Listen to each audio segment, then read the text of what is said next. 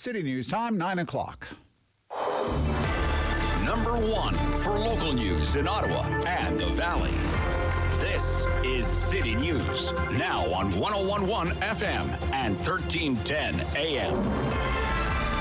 It's Tuesday, May 17th. Good morning. I'm Andrew Boyle. Right now in Ottawa and in Smiths Falls, 10 degrees. Here's what's making news in Ottawa and the Valley. Ontario's four main party leaders back on the campaign trail after facing off last night in the official election debate. Doug Ford faced attacks from all sides last night, but stuck to his message of building more infrastructure, creating jobs, and making life more affordable. The Progressive Conservative leader is set to make an announcement today in Toronto and door knock later in the day in York South-Weston. NDP leader Andrea Horwath is set to make an announcement in Toronto about schools, then travel to the bellwether riding of Peterborough-Kawartha. Liberal leader Stephen Del Duca is set to talk in West Toronto about work-life balance. And Green Party leader Mike Schreiner is visiting the downtown Toronto riding of University Rosedale and Parry Sound Muskoka. Emily Joveski, The Canadian Press, Toronto. City News Time, 9:01. Now your forecast with meteorologist Jill Taylor. For Ottawa, the Valley, Smiths Falls, today cooler air will work in. We'll have periods of light rain up until about 3 o'clock. So not a complete washout, but then we will have some wet weather at times. Brisk wind out of the west-northwest, the high about 15. Some clearing tonight, 5 for the low, and tomorrow sunshine up to 19. For today, the high, 15. And right now it's 10 degrees in both Ottawa and in Smiths Falls. City News Time 9:01 with Main Canada Day celebrations moving away from Parliament Hill to LeBreton Flats. Ottawa business community concerned the change is going to impact the number of tourists who come to the city for July 1st. Here's City News reporter Alex Gouge. Ottawa Coalition of BIA's Executive Director Michelle Grew says several people come to the city on Canada Day specifically for the events planned on Parliament Hill. She hopes the smaller festivities planned on the Hill will still attract people to Ottawa. Grew tells City News there is also concern Byward Market and Centertown businesses won't see the same levels as past Canada Days because of the proximity of LeBreton Flats. It's a completely different area. I mean, it's far enough away that it's no longer a walk from the Byward Market or from downtown or even businesses like along Elgin Street. She also expects businesses directly near Parliament Hill won't take the changes too well since they typically see a larger Canada Day boost. Alex Gouge, City News. Well, breaking news this morning, the ball now in Russia's court as Finland's parliament has overwhelmingly approved the country's NATO bid. Sweden's parliament is also going to be voting on whether to join the Western military alliance. Now, Russia is calling it a mass surrender, but Ukraine says its garrison completed its mission. More than 260 Ukrainian fighters defending that steel plant in Mariupol were evacuated to areas controlled by Russian-backed separatists, and officials are working to get the rest of them out. Complete capture of the plant gives Russia the biggest victory it's had in this war to date. It could help free up forces for offensive action in eastern Ukraine's industrial heartland, which is now Russia's focus after a series of setbacks. City News Time 9:03. The Prime Minister will be at Newfoundland and Labrador's legislature in St. John's, welcoming Prince Charles and his wife Camilla to our country. The forecast calls for a cloudy sky with some sunny breaks and a high of just 9 today. The couple will also be off to Ottawa. That's expected later today or early tomorrow, and then to the Northwest Territories to finish a 3-day swing. More maintenance is needed on the Hogs Back Bridge that will close tonight for the next couple of days. The NCC says work on the closing system means it will be blocked off from traffic 8 o'clock tonight until Thursday. I'm Andrew Boyle for News Anytime. Follow up online at ottawa.citynews.ca.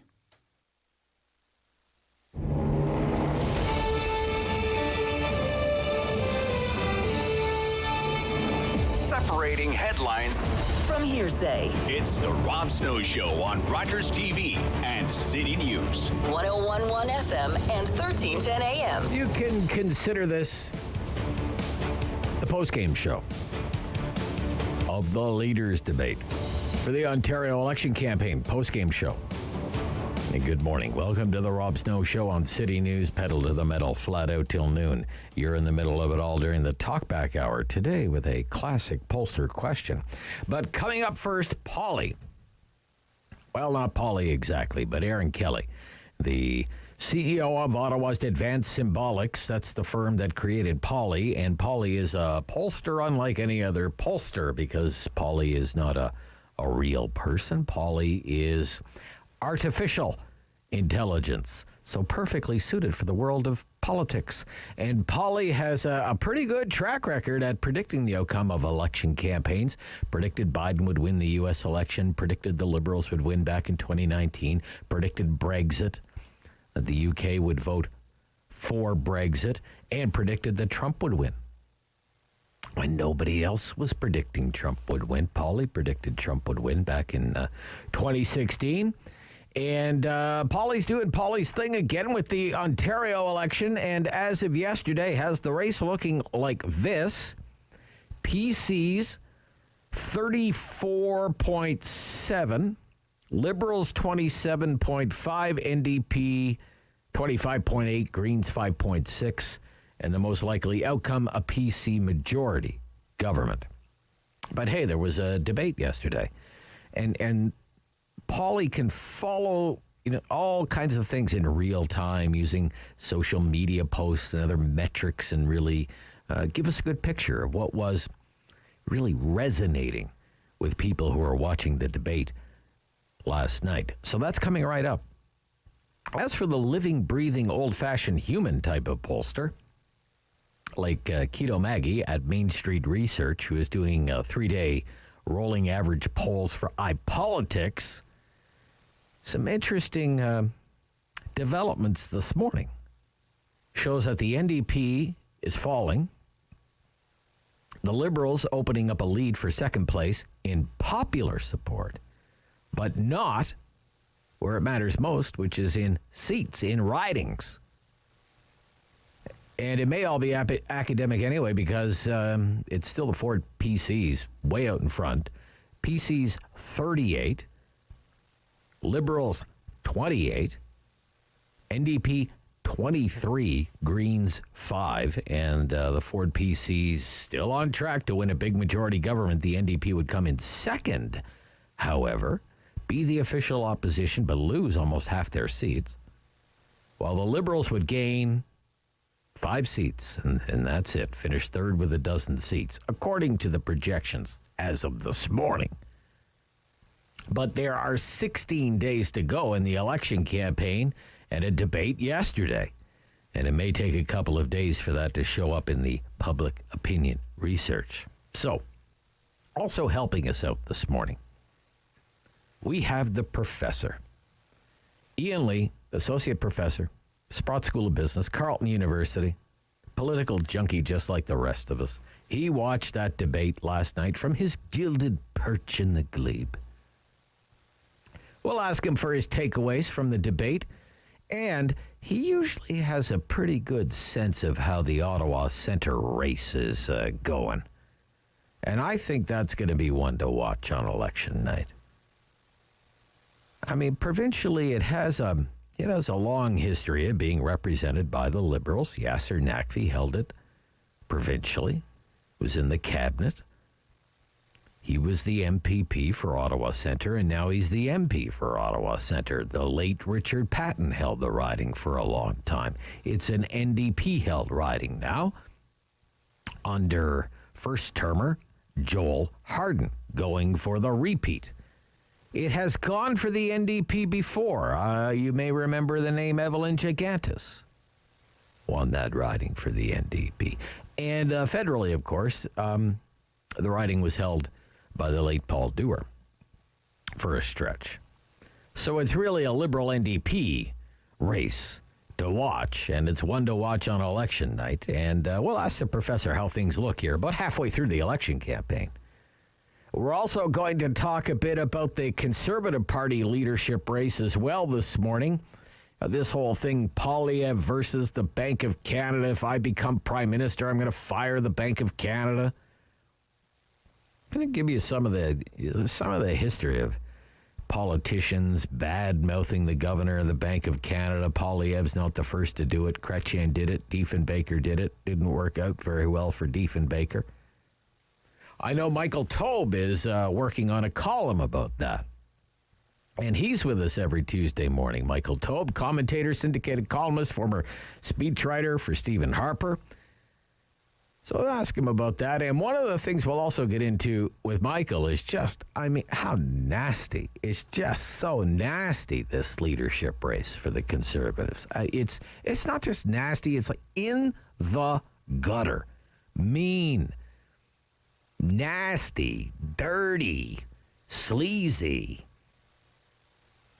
personal. I've never seen a leadership race like this one. And it's going to be a long summer. The winner isn't to be revealed until September, right? But I can't help but wonder as I watch these candidates. It's especially bad between Brown and Poilievre. They just seem to enjoy ripping each other apart. I wonder what's going to be left of the party when they're done with it. Is the winner really going to be able to patch things up? Let bygones be bygones? Okay, everyone get along now. I know I called you sleazy and corrupt, but let's everybody get along now. Are people from rival campaigns going to want to follow whoever becomes the leader of the Conservative Party of Canada? So, Professor Ian Lee is always at 9:30 this morning. Michael Taube at 11 o'clock, right after the 11 o'clock news. Also on the program this morning, let's pay close attention to what's going on the Quebec side, okay? Sylvia Martin-Laforge going to join us with the Quebec Community Groups Network, joining us to talk about Bill 96 in Quebec. We'll get the 411 on Bill 96. Described as an all-out assault on Anglos in Quebec. It is the bill that is supposed to strengthen the French language in Quebec, but has been called by opponents the most sweeping use of human rights overrides in the history of Quebec and Canada. It uses the notwithstanding clause again in the Charter to, once again, trounce basic fundamental charter rights. Let me give you an example. Unreasonable search and seizure. You're protected in the Charter against unreasonable search and seizure. It's a basic fundamental charter right. Let's say the police want to search your home or raid your business because you're under some kind of criminal investigation. They think you're a bad guy. Well, the police just can't, knock down your door and start going through your underwear drawer.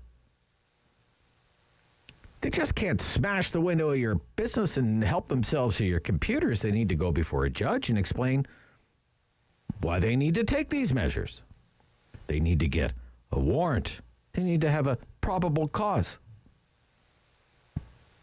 Because you enjoy charter protection from unreasonable search and seizure. But not in Quebec. If you're a business owner living under this law, as written, because there will be a new position called the Minister of the French Language, with the power to inspect any business for language violations without a warrant. And the language police will be able to enter businesses, seize records, cell phones, computers, all of it. No need for any search warrant because of the notwithstanding clause. Well, notwithstanding that you're protected. It is absolutely horrific from a charter rights point of view. And once again, where are the Federalist leaders in Ottawa? I ask you again. Where are the Federalists in Ottawa? Quiet as church mice. Again. Most notably, the man who goes all across the country claiming he wants to make Canada the freest country in the world. Well, the last time I checked, Anglos in Quebec, they're Canadian too.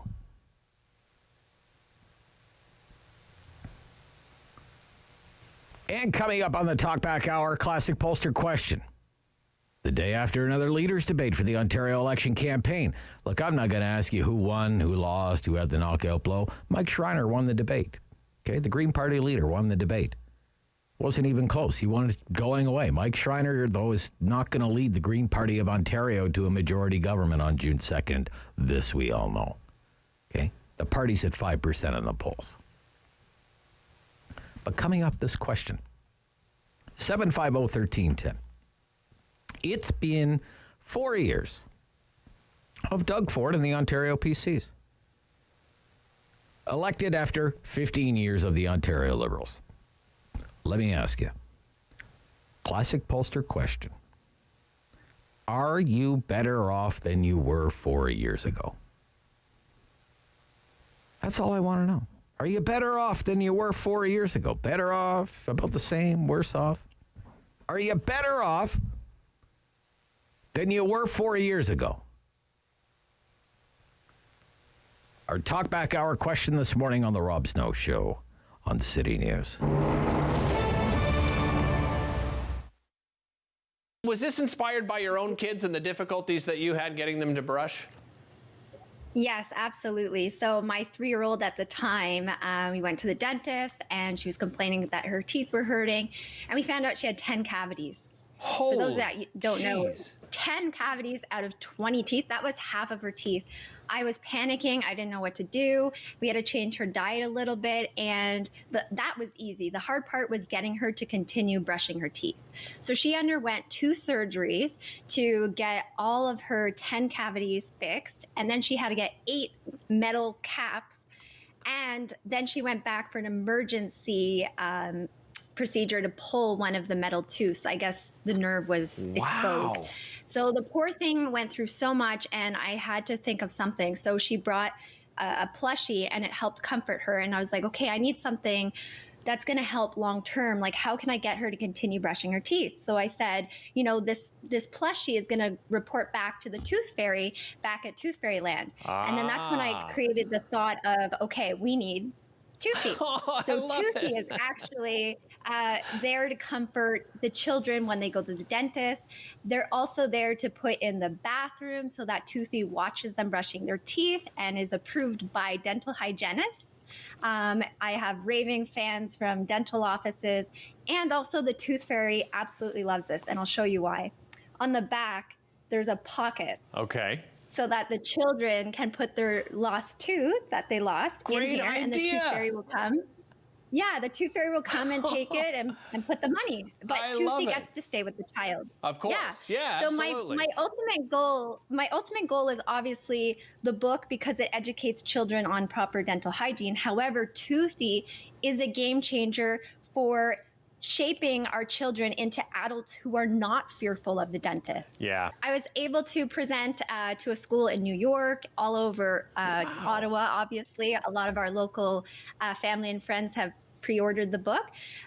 In the States and Georgia, all over. I will be presenting in Singapore next week, and daycares. So anyone who pre-orders, you can personally nominate a school of your choice, or a daycare, or a facility. I actually presented at a college for dental students.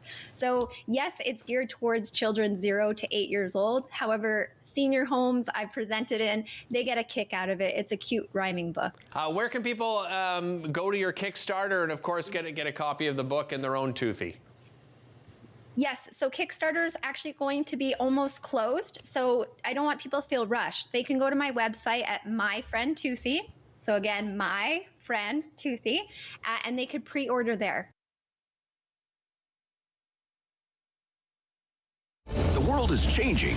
So keep up with Rob. The Rob Snow Show returns on Rogers TV and City News, 101.1 FM and 1310 AM. Dissecting the Ontario election campaign leaders debate is a big deal for us this morning, and getting an idea of where things stand right now with 16 days to go in the Ontario election campaign, as we welcome back to the Rob Snow Show on City News, Aaron Kelly, CEO, Advanced Symbolics. Good morning. Good morning, Rob. Great to hear from you. Did Polly watch the debate last night? She did indeed. And what was Polly interested? What stood out for Polly, the artificial intelligence pollster?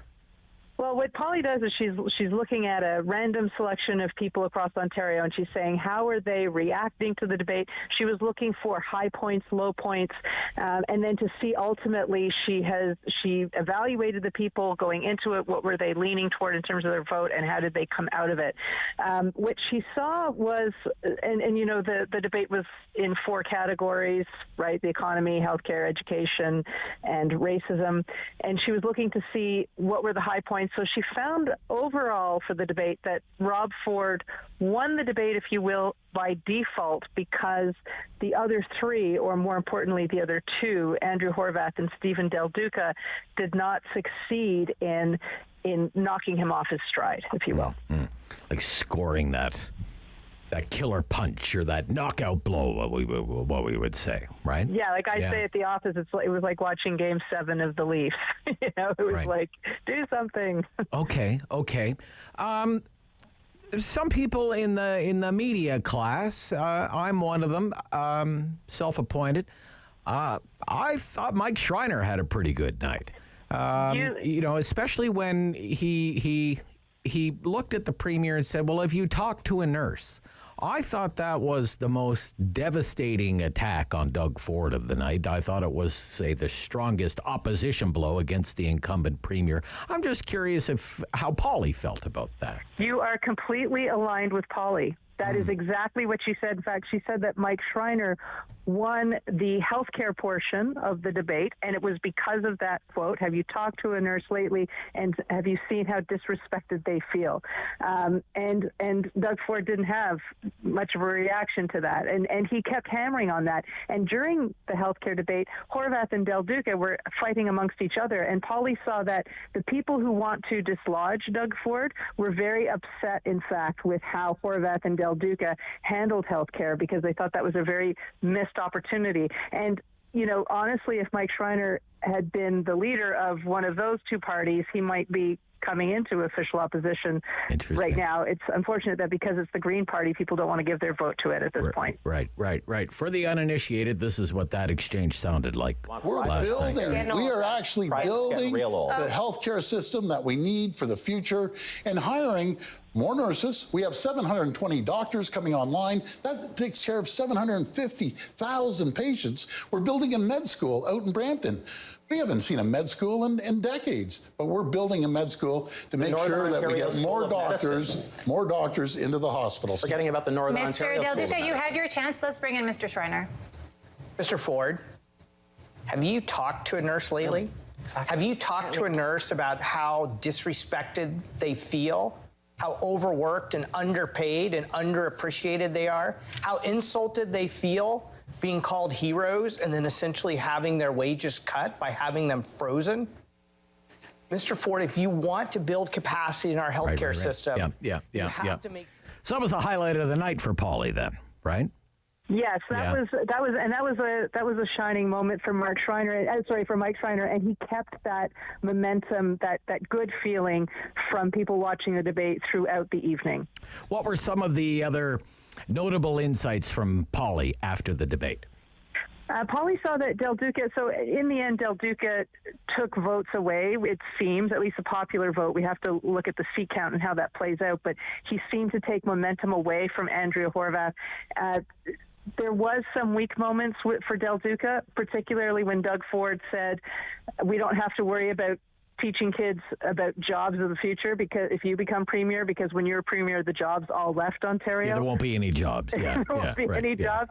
And that was a real low point for Del Duca. It did hit, and people started to understand that he used to be part of Kathleen Wynne's government, and so there was negativity there. But he recovered by the end of the evening.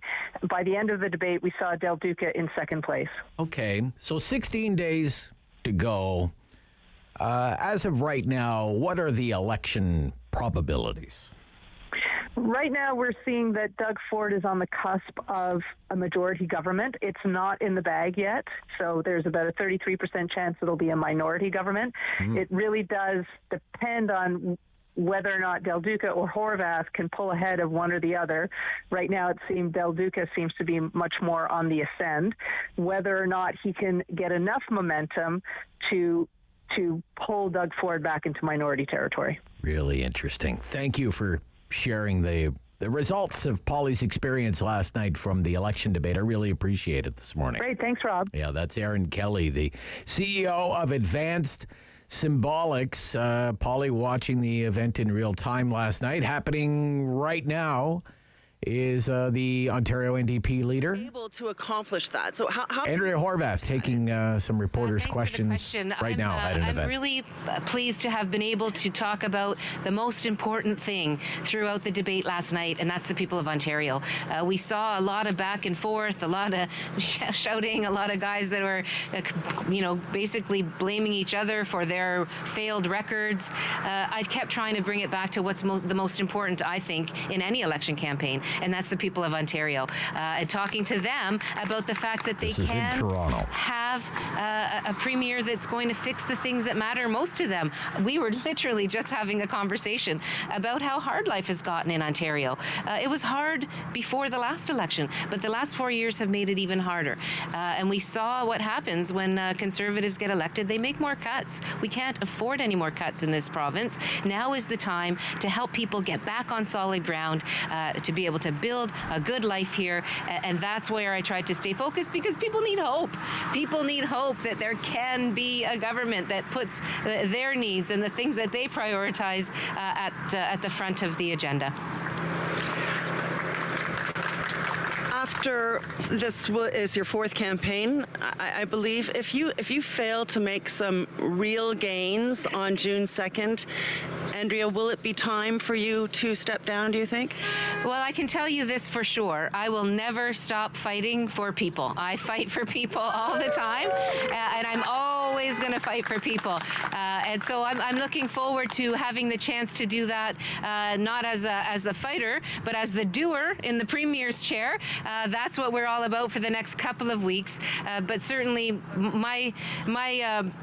it's in my soul, let's put it that way, to fight for people and to work for people, and that's what I'm always going to do. And let's hope that on June 2nd... So taking some reporters' questions, this is at Sir Oliver Mowat Collegiate Institute. That's a public high school in Scarborough. About fixing schools, Andrea Horwath. It's very Toronto-centric today for the election campaign. The NDP leader in Toronto this morning. The Liberal leader had a rally earlier this morning in Toronto and has an 11:30 event about work-life balance for Ontario workers. Also in Toronto, Mike Schreiner is in Toronto, then going to Huntsville. Later, Andrea Horwath's going to Peterborough and Kingston. And Doug Ford has an announcement at 10 o'clock. We don't know what it's about, but we know it's in Toronto. This is the Rob Snow Show on City News.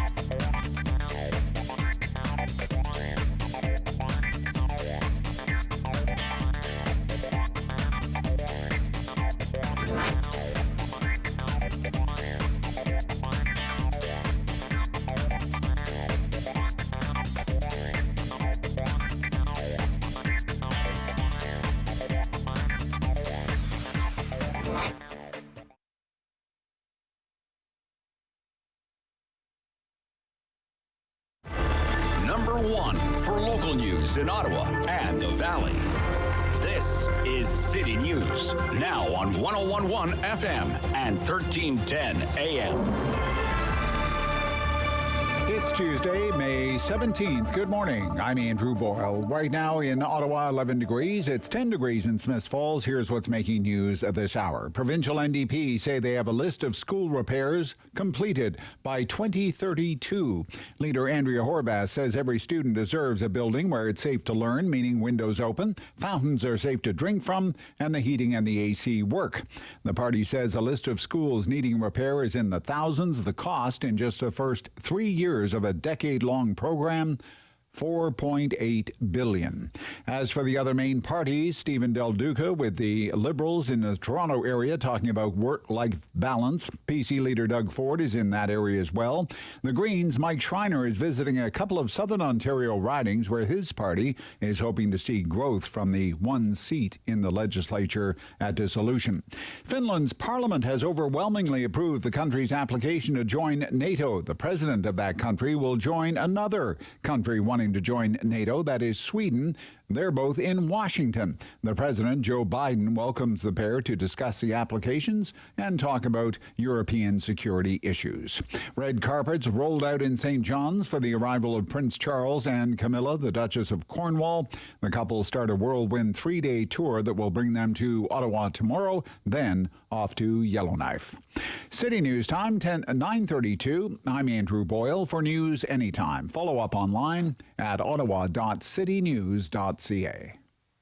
Firm. Fair. Fun. The Rob Snow Show returns On Rogers TV and City News, 101.1 FM. and 1310 AM.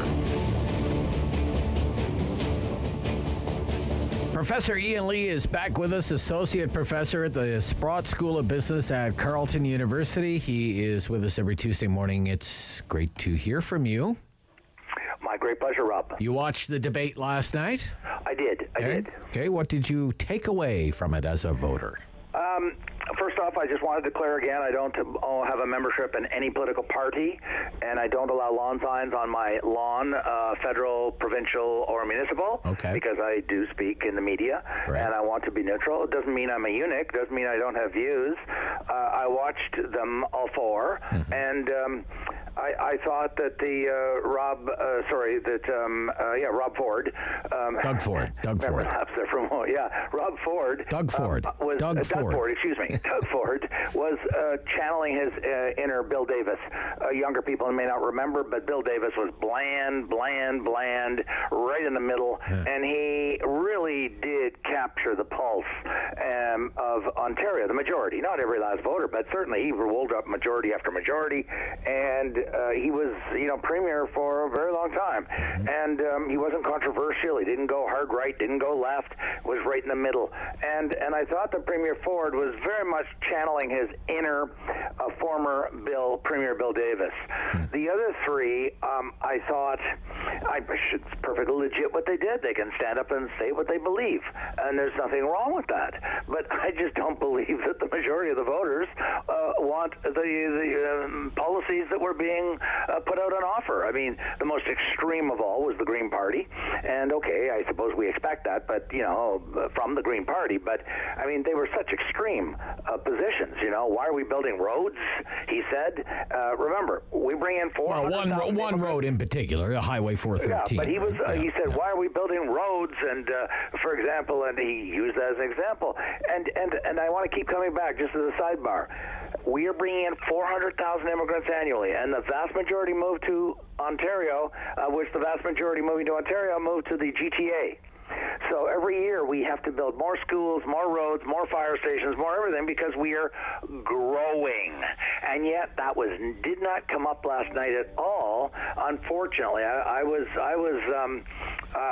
thought, you know, it was just all of them were oblivious. Rob Ford actually did bring it up a bit. He said, look, the population's growing, we have to build more stuff, more things. But the other three were in, you know, their parties have long supported immigration, but you wouldn't have known that from what they were talking about because they seemed to think that the province was not growing at all. It was static. So anyways, quickly, the other three, I thought it may be appealing to a small number in their base or it may be appealing to all their base, but I don't believe any one of the three put forward an argument that will get them elected as Premier of Ontario. Okay. See, the polling shows that there's really one issue in this campaign. And it's not Highway 413. It's not even healthcare. It's not education. It's the cost of living. It's the, you know, why is it more than $1 million for a house? Why is gas so expensive? Why are the cost of groceries going up? So here's an exchange about the cost of living. And gosh, I don't even know if, like, it was supposed to be about the cost of living, but I don't even know if it was about the cost of living. Let's roll tape there, David. Mr. Ford took $6,000 out of minimum wage workers' pockets, and now he has Bill 124, a low-wage policy that not only affects workers in the public sector, but now it's spreading into the private sector. And people are on strike for good wages because Mr. Ford's buddies figured out that he's setting a stage for a low-wage economy. And so we have LaUna on strike. We have carpenters on strike. We have drywallers on strike. Let Mr. Ford come in because he wanted to address your point. Economy, Mr. Ford. You know something, I appreciate your comments, but they're totally inaccurate. We're in the only government. We had more housing starts than we've ever seen in 30 years. We've had more rental starts than we've ever seen in 30 years. You know, Ms. Horvath and Mr. Del Duca and Mr. Schreiner, I'm the only one that wants to build. Story. There isn't any building or any building development that you aren't against. The question is, who do you want to build for? Absolutely. You don't want to build for hardworking families in the province. You want to line the pockets of your political donors. You want to talk about the hardworking men and women that build? Let him finish. You know, Ms. Horvath, for years, the union supported you. Well, guess what? The Boilermakers don't support you. LaUna doesn't support you anymore, and the electrical workers don't support you. You've lost touch. You're out of touch with the hardworking men and women. I think you need to look in the mirror, Mr. Ford. When the trade unions are supporting us for the first time, they know we're going to get it done, and we're going to spend money on infrastructure. That's why they're supporting us. They don't believe in you. Okay. Anyway, right. I mean, what can you even take away from something like that? Doug Ford has a lot of buddies, I guess. What's fascinating, Rob, is you know, Rob Ford's not an intellectual, and I don't mean that critically. Doug Ford. His name is Doug Ford. Rob Ford. Doug Ford, Premier Ford. I'll just call him Premier Ford. All right. Is not an intellectual, and I don't mean that critically. You know, his job isn't to sit around and dissect the contradictions and of this and that, you know, in textual documents. But he put his finger on it that the NDP and the Liberal Party, to a lesser degree, in my judgment, have migrated to the left over the last few years. Not all at once. Started under Kathleen Wynne, actually, probably started under McGuinty. But my point is, they've become, once upon a time, if you go back not that far in Canadian history, the NDP really was the party of the downtrodden, the working class. They really were. Go back to the 50s and the 60s, when they were created in the 70s. And now they've become the party of the people who live in the wealthiest postal codes, where the wealthiest properties are with the highest average income per person. This is StatsCan data. I'm talking the downtown ridings, like Ottawa Centre is represented by, guess what? An NDP member of Parliament, provincially. And this is the great paradox that journalists and analysts aren't talking about, that they have become the party of the elites. If we define elites as people who are very high income, people in the top 20% of income, and where they live in the most expensive neighborhoods, the most privileged neighborhoods. Who are those parties? All of the downtown ridings across Canada in the big cities, and when I say the downtown, I mean the urban. I don't just literally mean downtown. I mean the urban core of Ottawa. They're all Liberal or NDP. Same with Toronto. Same with Vancouver. Same with Halifax. Same with Montreal. In other words, both parties have become the parties of privilege, but they continue to spout the rhetoric and the jargon and the speeches as if they're representing the downtrodden. And he nailed them there on their contradictions, because they're all against building more roads. They're against the new highway that will help the burbs where most people live in the GTA. And they don't even understand their own contradictions. I'm talking the NDP, the Greens, and the Liberals. Or alternatively, they're doing it because they figure that if they demagogue on that level, that it will attract some votes. But I don't think it's going to succeed. And the polls are showing he's opened up a 7 to 9 point lead. He, Premier Ford. And in a 3-4-way split, a 9-point lead suggests a landslide in the number of seats in the Legislative Assembly. Doesn't matter what political party. In any 4-way split in Canada, federal or provincial, if one party gets ahead by 9 points, you know they're going to win a majority. Yeah, I find it interesting. He is right. He's got International Brotherhood of Electrical Workers. Yeah. International Brotherhood of Boilermakers. Yeah. Labor's International, huge union. That's the LiUNA union. And just this morning, David, my producer, received a news release. International Union of Painters and Allied Trades endorses Doug Ford and the Ontario PCs. It's fascinating. There's a switch going. If you had said to the father of Stephen Lewis, David Lewis, back in the early 70s, I mean, this guy was, I'm for the working class, I'm for the downtrodden, and he really was. He really was. He just sneered at the high-income people, the top 20%.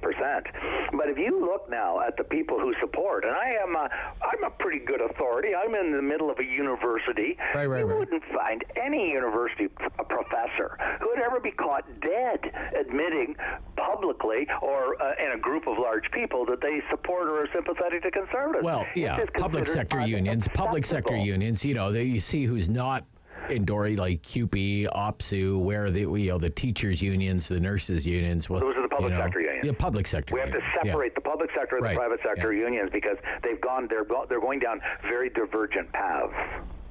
Yeah. The public sector unions overwhelmingly support Liberal or NDP, whereas the private sector unions, especially in construction, are supporting increasingly conservatives, both federally and provincially. All right. What's your sense? Ottawa Centre is an interesting battleground between Liberals and New Democrats. It's held by a New Democrat now. Really left-wing guy in Joel Harden. Yes, he is. What's your sense of the race there? He'll probably win. Mike Cassidy held that riding, the MPP. Mike Cassidy held it, who was more moderate than Joel Harden. But it just strikes me. I'm just endlessly amused. That's the only word I can use. And I live in the glebe. But you've got incredibly high-income people here. How do I know? Because I look at the data. I look at the data from. And you're one of them. You're one of them.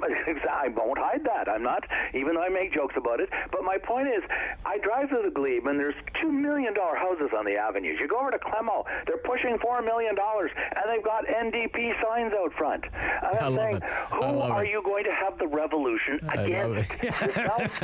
Are you going to have, let's have a revolution against high-income people. I'm going to revolt. Take all my stuff. Let's have the glebe garage sale every day. Right? Take my 3 cars, starting with the $100,000 Tesla in the laneway. I mean, it's just, talk about false consciousness. Karl Marx wrote about false consciousness. You got to believe that high-income people supporting the NDP are really seriously suffering from false consciousness and cognitive dissonance. To use some academic I don't know. I mean, 4 years ago, maybe you say it's a one-off, right? It was a change election. They just wanted to turf every Liberal in sight. But you're thinking that Joel Harden... I think he'll probably win. Because of his constituency work, probably. If you look at the vote breakdown, it's probably there's a hardcore conservative vote in the glebe, believe it or not, because I've looked at them for multiple elections. Again, I'm data evidence-based. About 30%. So there is about a 30% who consistently vote conservative in the glebe. Okay? But the other 70% consistently vote left Liberal or NDP. So it's about 2/3, 1/3 in the glebe. And when I say the glebe, I think it's a pretty good proxy for the urban core, which would include, around Ottawa U, it would include Westboro, all of the core parts, not the burbs, but the core of Ottawa, the old original Ottawa, which is bounded by, Baseline going in and Montreal Road coming into the center. And it's probably 2/3, left of center, and that's why those ridings consistently, year after year, election after election, federally and provincially, elect either Liberal MPs or MPPs or NDP. And I think Joe Hardin will win again. There's a lot of, it's amusing. If you want anybody listening, you want some amusement, just for fun, drive through the Glebe and look at the NDP signs. All right. When we come back, $1 million properties. When we come back, from one race to the other, the Conservative Party leadership race and the front runner wanting to fire. You're fired. Tiff Macklem, as the governor of the Bank of Canada, will talk about how that's worked out in the past. This is the Rob Snow Show on City News.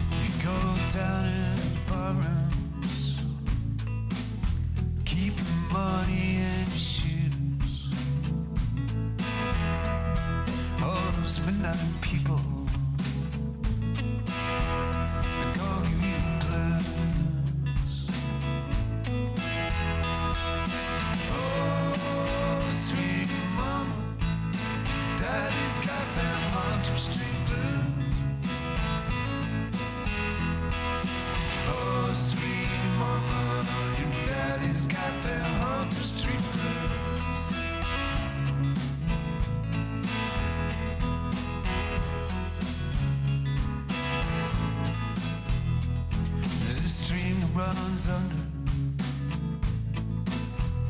they call it Jackson Creek, where you can't take all the trouble and sink them in deep. Oh, sweet mama, your daddy's got them Hunter Street blues.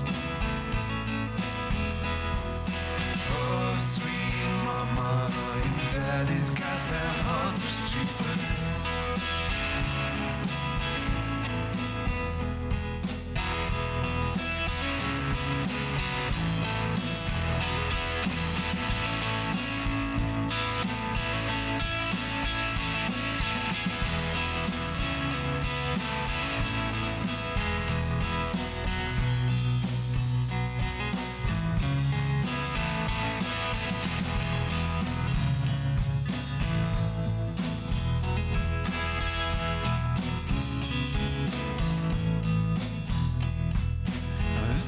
So long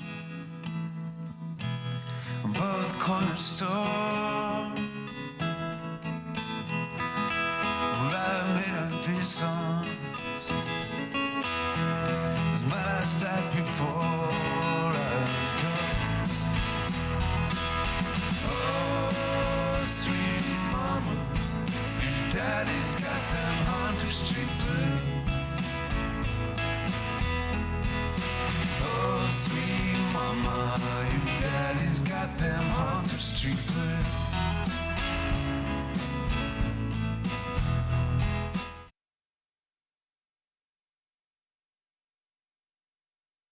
Of community opinion.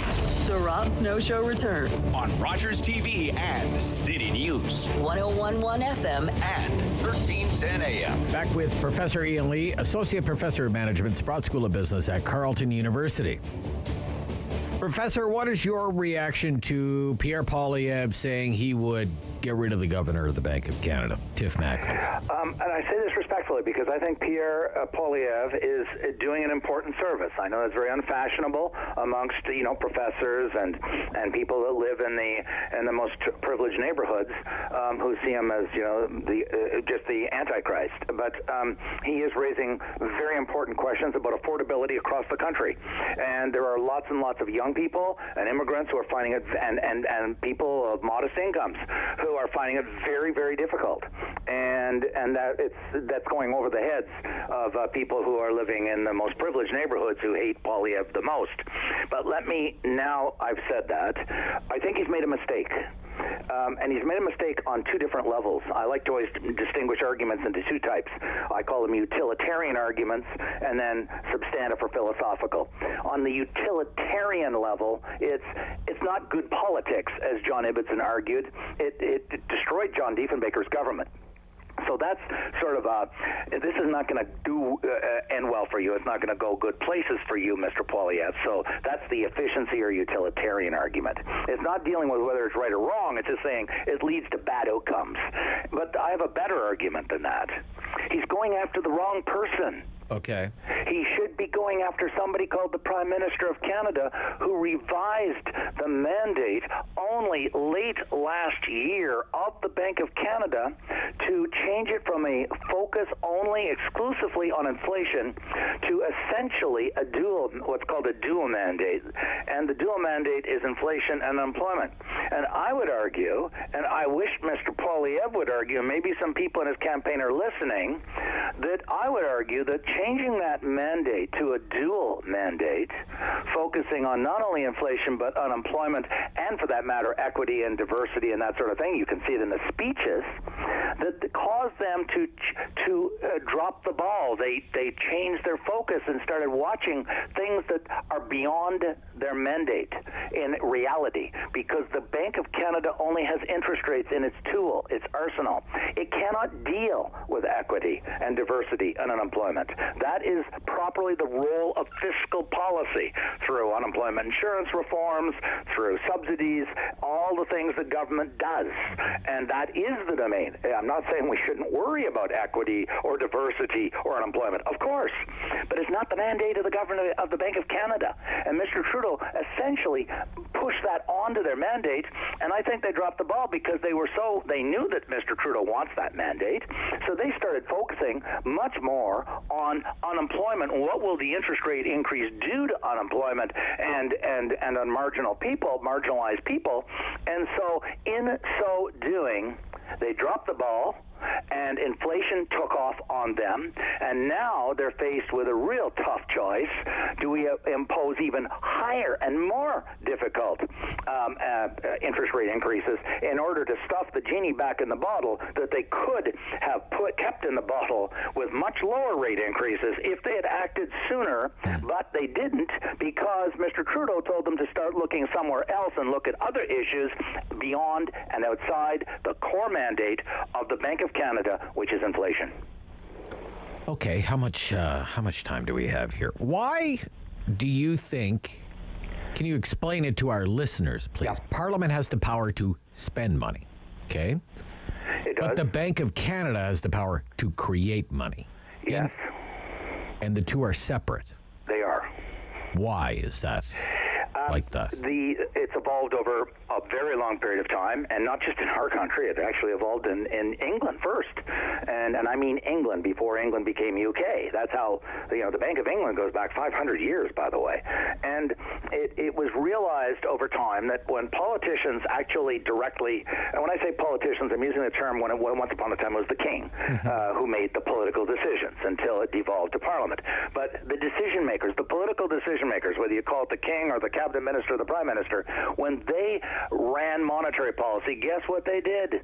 They tended to debase the currency. They tended to inflate the currency so they could spend more money and get away with it. And so over time, over a very long period of time, in both England, US, Canada, Australia, Europe, they realized that it is a very prudent thing to separate monetary policy from fiscal policy, recognizing that in a democracy, the monetary policy or the agent for monetary policy is not truly 100% independent because, of course, they are appointed by the government of the day. The Prime Minister of England appoints the Governor of the Bank of England. The President of the United States appoints the head of the Federal Reserve. So what they do is they want to create, what has evolved is this idea of creating monetary independence so that they're not in lockstep. That's where I think Mr. Trudeau and Ms. Freeland made an enormous mistake.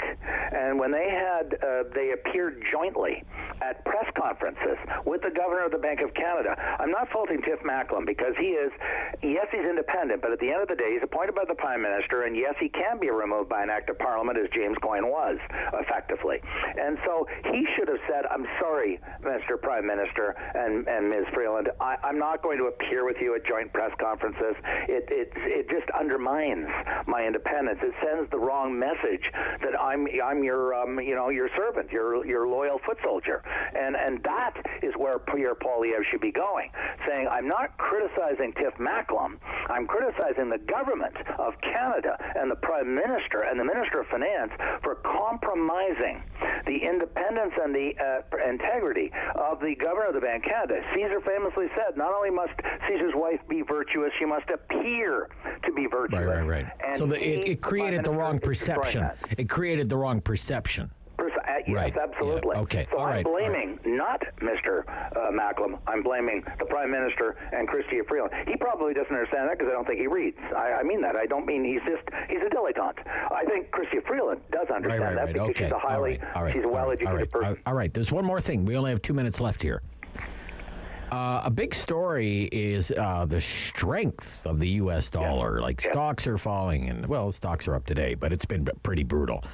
House prices are starting to cool off. Bond prices have gone down.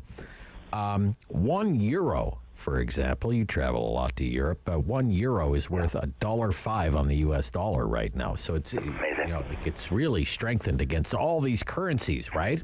Yes. So I don't know. I've kind of got a feeling that when the world is going to hell in a handbasket. You could do worse than having U.S. dollars, I guess. Maybe that's what's going on. I don't know. Why is the U.S. dollar so strong, do you think? The U.S. dollar is strong because the U.S. economy is the strongest, the most dynamic, the most innovative, the most efficient, the most productive economy on planet Earth. Has been since the beginning of the 20th century, continues into the 21st century, and all of the stories that all of you out there in Radio Land have heard, and I've heard throughout my adult life, from people on the left, from the Putins of the world, from the President Xi's of the world, the U.S. is in decline, it's in collapse, the end is nigh, the U.S. is finished, is just propaganda and stupidity from people who are truly uninformed. Okay. I have had the great fortune of doing road trips in 44 of 50 U.S. states, which is almost 100% of the U.S. And all I can tell you is this. The U.S. is extraordinarily diverse, and I'm not just talking racial and ethnic diversity or religious diversity. It has an extraordinarily deep economy, extraordinarily diversified economy. When you look at the data from OECD or IMF, their productivity is off the charts. They have the best universities in the world for research. They spend more on innovation and R&D to develop new products and new technologies than anywhere else on planet Earth. Okay. One country out of 193 countries at the UN, and the U.S. is 25% of the world GDP. This is not an accident. It's a decentralized economy, and so many people watch CNN and think that that's the reality. I argue the best way to learn about the states, turn off CNN. Never watch it again. They're giving you propaganda. All right. Okay. I'm serious. Right. Yeah. Okay. Do some road trips. Turn off cable news and hit the road. All right. We got to hit the road. We're hitting the road, Jack. We're hitting the road. We're going to go drive through the glebe and look at the NDP signs. Okay. All right. Talk to you later. Bye-bye. Okay, bye. Ian Lee, holy smokes. Associate Professor of Management. Always opinionated. Gotta love the guy. This is the Rob Snow Show. Talkback Hour. Okay, the question for the Talkback Hour, it's election-related, classic pollster question. Are you better off than you were 4 years ago? Okay, let's do it. 16 days to go. The debate is over. Are you better off than you were 4 years ago? Call me. 750-1310. Rob Snow Show, City News.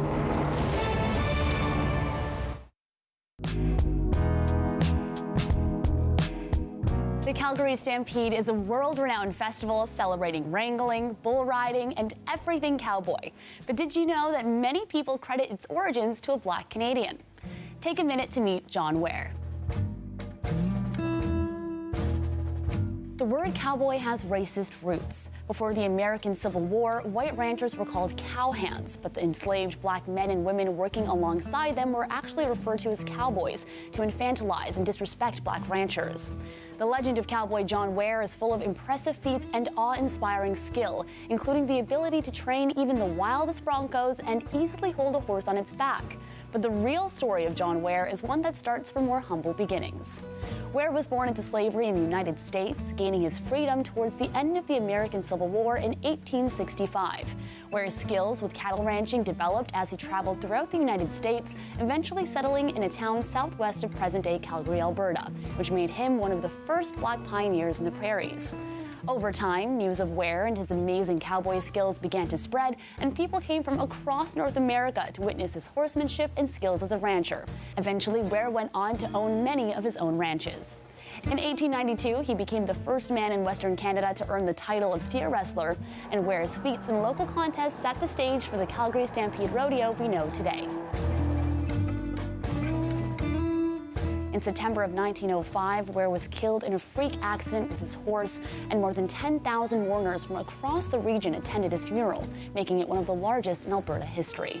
Though his true story is difficult to separate from the legends around him, Ware's status as a respected forefather of cowboy skill continues to be celebrated today.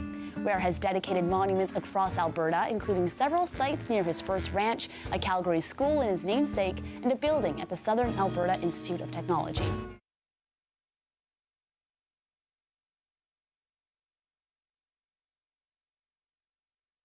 CIWW 1310 AM in Ottawa. And CJET 1011 FM in Smiths Falls and the Valley.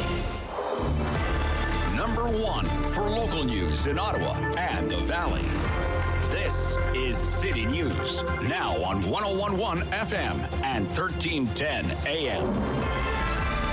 It's Tuesday, May 17th. Good morning. I'm Andrew Boyle. Right now, some scattered light rain, 11 degrees in Ottawa, 10 degrees in Smiths Falls. Here's what's making news in Ottawa and the Valley.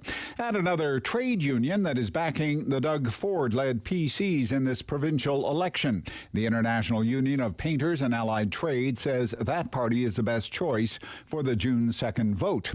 Their business manager says in a release that Ford would get more people into good jobs in the skilled trade. Bruno Mandich says the PC leader has been working for workers. That union joins others who are backing the Conservatives in this election, includes Electrical, Boilermakers, and Labourers International. The Green Party leader, Mike Schreiner, focusing on a couple of Southern Ontario ridings that he believes can bolster his party's standing from the current one in the legislature. Stephen Del Duca of the Liberals is talking work-life balance. He's doing that this hour. And the NDP's Andrea Horvath says her party will invest $4.8 billion just in the first 3 years of a 10-year plan to fix up schools so every child, she says, has a safe place to learn. City News Time, 10:03. And now your forecast with meteorologist Jill Taylor. For Ottawa, the Valley, Smiths Falls, today cooler air will work in. We'll have periods of light rain up until about 3 o'clock, so not a complete washout, but then we will have some wet weather at times. Brisk wind out of the west-northwest, the high about 15. Some clearing tonight, 5 for the low, and tomorrow sunshine up to 19. For today, the high, 15. And right now, some scattered light rain, 11 degrees in Ottawa. It's 10 degrees in Smiths Falls. More than 260 Ukrainian fighters, including 53 heavily wounded men, have left that huge steel plant in Mariupol, turning themselves over to Russian forces. Now, Russia is terming this a mass surrender. Ukraine says the garrison completed its mission, and it's trying to pull the fighters out that remain in the plant that is still not completely under Russian control, at least according to the Ukrainians. Officials say the suspect in the mass shooting at a supermarket in Buffalo posted an online diary before carrying out that attack. The diary from the chat platform Discord came to light after officials say 18-year-old Peyton Gedron opened fire at the Tops Market. He live streamed from a helmet cam, the video still making the rounds, even showing up in the inbox of one victim's son. He shot my mom once. Celestine Cheney was 65, her son Wayne Jones. He went and reloaded. And he shot my mom again. The diary was apparently posted publicly sometime ahead of the attack. In March, Gedron documents traveling hours from his home to scout the store, practice shooting, tallies the number of black people he could kill. I'm Julie Walker. City News Time, 10:05. A standout with the Toronto Maple Leafs, the victim of a carjacking last night. The team has now confirmed that Mitch Marner was unharmed in that attack. 3 masked men armed with a couple of guns and a knife approached a black Range Rover at a movie theater parking lot in Toronto. As they were driving off to the Gardner, Marner's cell phone was tossed so it couldn't be tracked. That vehicle was last seen on the 401. I'm Andrew Boyle for News Anytime. Follow up online at ottawa.citynews.ca. Talk back. Hello. On the Rob Snow Show. The phone lines are open at 613-750-1310. Now, the Rob Snow Show continues. For the Talkback Hour today, I want to ask you a classic pollster question. Okay, and this is it. Are you better off than you were 4 years ago? How do you answer that question? 750-1310, 750-1310, 613-750-1310. Keeping track, I've got it written down here. Better off, worse off, about the same. And basically the 3 choices, okay? You say, yes, I'm better off than I was 4 years ago? Is that what you would say? Or would you say, I'm about the same as 4 years ago? Come see, come saw. You know? Or would you say, no, I'm worse off than I was 4 years ago? Give it some thought. Give me a call, 750-1310, 750-1310, 613-750-1310. The context, the backdrop is the Ontario election campaign. 16 days to go. Leaders debate last night. May 2-4 long weekend coming up. Maybe families are going to get together, talk politics. We do that in our family from time to time. Other families, Ontario politics may be the furthest thing from their minds. I don't know. I know why Mike Schreiner won the debate last night, but I also know that Mike Schreiner doesn't have any hope of becoming the Premier of Ontario. He's at 5% of the polls. Party's at 5% of the polls, okay? The person with the best odds right now of becoming Premier is the current Premier, Doug Ford. And it's his leadership and it's his government's record that is on trial. More or less, if you want to put it on trial, okay? And I think a good way to kind of look at the verdict is to just ask you, are you better off than you were 4 years ago? Are you better off than you were 4 years ago? Classic pollster question, 750-1310, 750-1310. Are you better off than you were 4 years ago? Roger, here on City News. Good morning, Roger. Are you better off than you were 4 years ago? Yes, I am provincially, Rob. Okay, all right. And I'm going to explain to you why. Now, I've heard the stories, and I was talking to your friend there last week, and I'm going to rehash a bit of it. But all right. We're with Hydro One for a start, and everybody knows how expensive Hydro One has been. Yeah. Now, ever since Doug Ford has been Premier, he talked about dropping the rates. I heard that was a lot of talk. Nothing happened. Well, for us, our hydro was about half of what it was under McGinty and Wynne. Okay. And that's no lie, Rob. Right. Our average bill for the wintertime, now we're heating with propane, but just for electricity, say December, January, February, we'll say about $260, $280 a month, using less than 700 kilowatt hours a month in those time frames. We're about half that now. Okay. In the last 4 years. All right. Now we got a check in the mail last week. I guess we got from the mailbox. Well, somebody deposited from the Ontario government $410 to give us a break on our property taxes, which we've had for a few years under this government. We also got a check for $310 because I paid for 2 years for my driver's sticker. I paid $240, but I ended up getting $310. I guess he must have given me interest on it. Okay. But Rob, yeah. The most difficult thing is right now is what we're paying for, besides propane and gasoline and diesel. That's the part that Mr. Ford has a certain amount of control on, and he's going to drop the price of gas a bit. Whether the oil companies gobble it up, that's not his fault. Right. So I think he's doing more than any government has done in this province here since Mike Harris was premier. Okay. And then federally, I look at the record of Mr. Right. I don't want to get too. I don't want to get too off track and get into federal politics. I won't. Okay. But what I'm saying, right. Rob, is watching that debate last night, okay, and I've been hearing it on the media too, from Stephen Del Duce and Andrea Horwath. You know, this $10 billion highway that Ford's going to put in through, I guess, through Stephen Del Duce's riding there. Del Duce. Del Duce. He says, Mr. Del Duce says, and Andrew Horwath, you're going to save 30 seconds each way. Doug Ford says 30 minutes each way. You know, I'm getting to a point where I'm so sick of the lies. And these people should be charged for if they're lying about this. It's called slander, Rob. I know it's been that way. Politics have been done, but I'm sick of it, and so is everybody else. And that's why people are so disinterested. All right. Okay, I don't want to get too off track. You're better if under Doug Ford. You say you're better off than you were 4 years ago, though. Okay, you've got us off to a good start, Roger. Thank you. Yeah. Okay. By the way, we're watching a couple. Just so you know, we're watching a couple of the live news events. We may pop into them. Doug Ford has an event in this hour at some point. It hasn't started yet, or has it? It hasn't started yet. It's in North York. It's about the skilled trades. And in Washington, D.C., the Premier of Alberta is in Washington, D.C. this morning, and he is appearing before the U.S. Senate's Energy Committee. Jason Kenney is going to give some remarks to this Energy Committee. Why aren't you buying more Canadian oil? Something like that. James in Ottawa. James. Hi, James. Worse off. You say you're worse off, okay, than you were 4 years ago. All right, fair enough. And why do you say that, sir, if you don't mind me asking? Well, in a matter of a few years, I've gone from having the maybe possibility of someday might be able to afford a house, and now it's just like we're not even in that realm anymore. Right. Okay. Is Doug Ford to blame? No, I don't.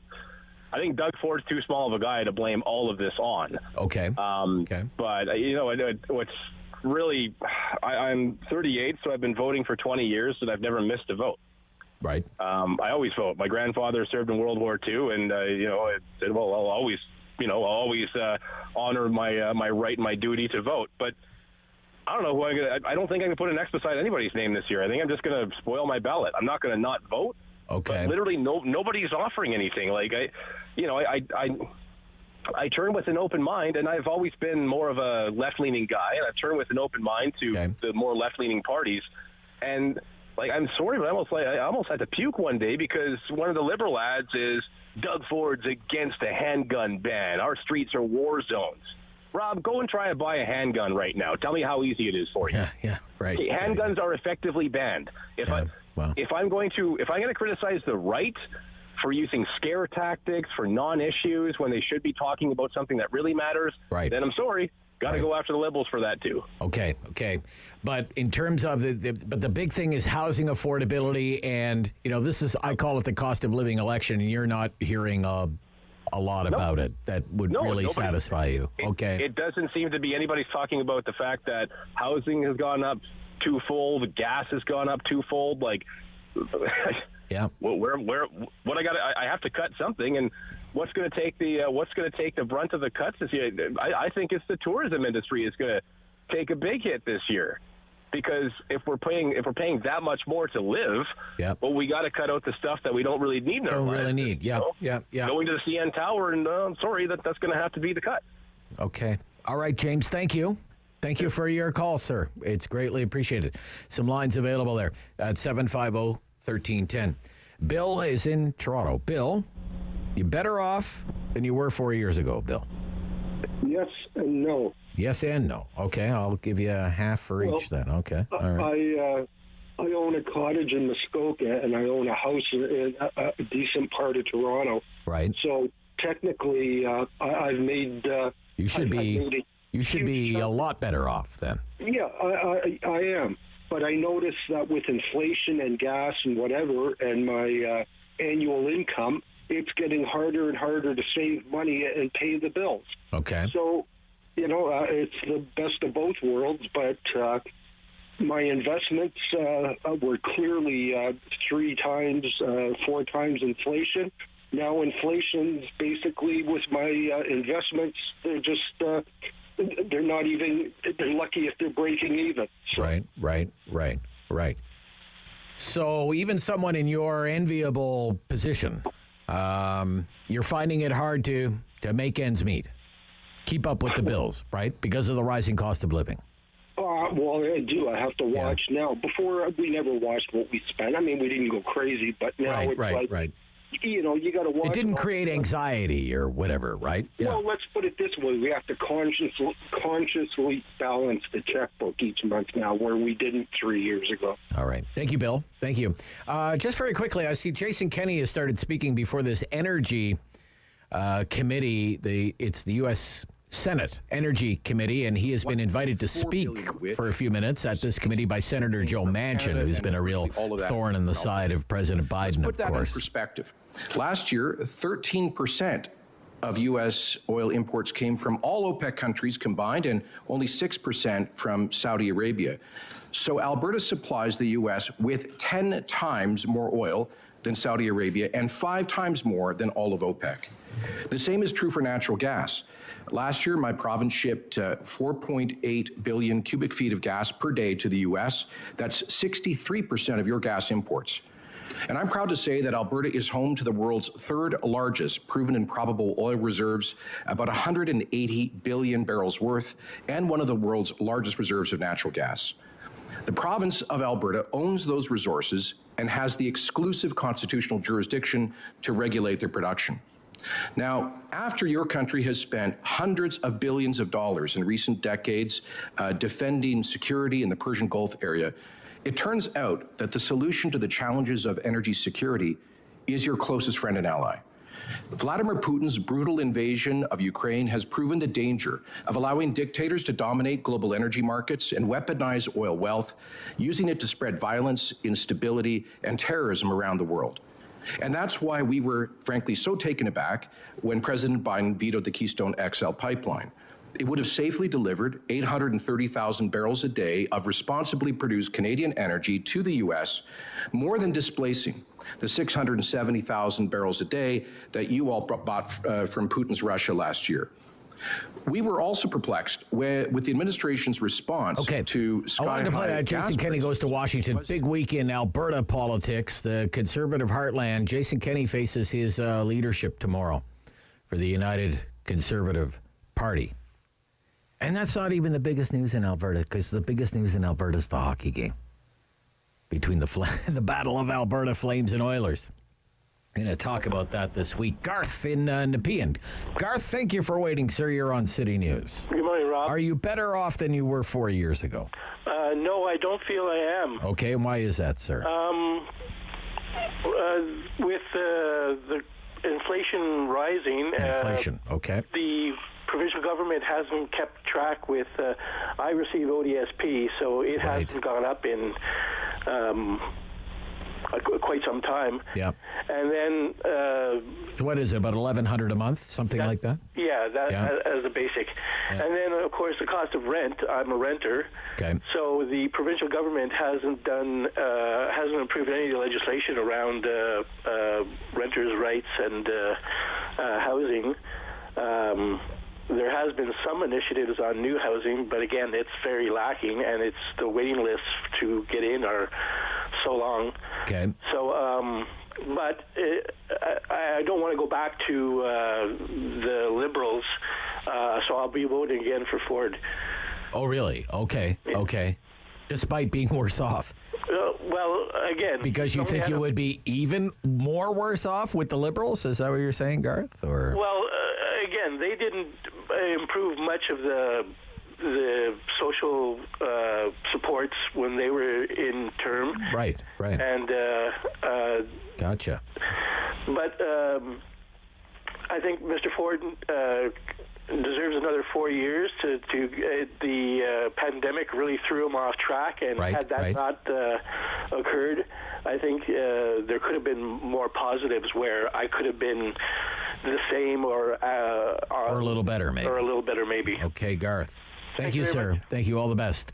750-1310, 750-1310 with a classic pollster question for you the day after the leaders' debate. Are you better off in Ontario under the Ford PCs than you were 4 years ago? 750-1310. Have your say on the Rob Snow Show on City News. So the Women's Business Network is a volunteer-run association that achieves its strategy and vision by supporting women to achieve their success on their own terms by providing development opportunities, valuable connections within the organization itself, and it facilitates member access to growth within their business and careers. I mentioned the 2-year absence of the Businesswoman of the Year awards. Obviously difficult, Mira, but certainly an opportunity to work on some new things. Tell us what you've got planned, what you worked on. Yeah, we really missed putting on the BYAs for the last 2 years because of COVID. It also was unfortunate that we couldn't celebrate the women that were having such a huge impact on our community in Ottawa. So we're really glad that they're back now. As you know, that they've been around since 1983. Mm-hmm. They are a purpose to celebrate the achievements, the professional expertise, and the leadership of all of the outstanding women we have in the National Capital Region. And for the first time this year in 2022, we've introduced 2 new categories, one being the Lifetime Achievement Award and the other one being the Community Champion Award. Okay, yeah, and let's break it down even further because, as I mentioned, there's different categories and then, of course, different awards within categories. Tell us about some of the returning categories and some of the other awards as well.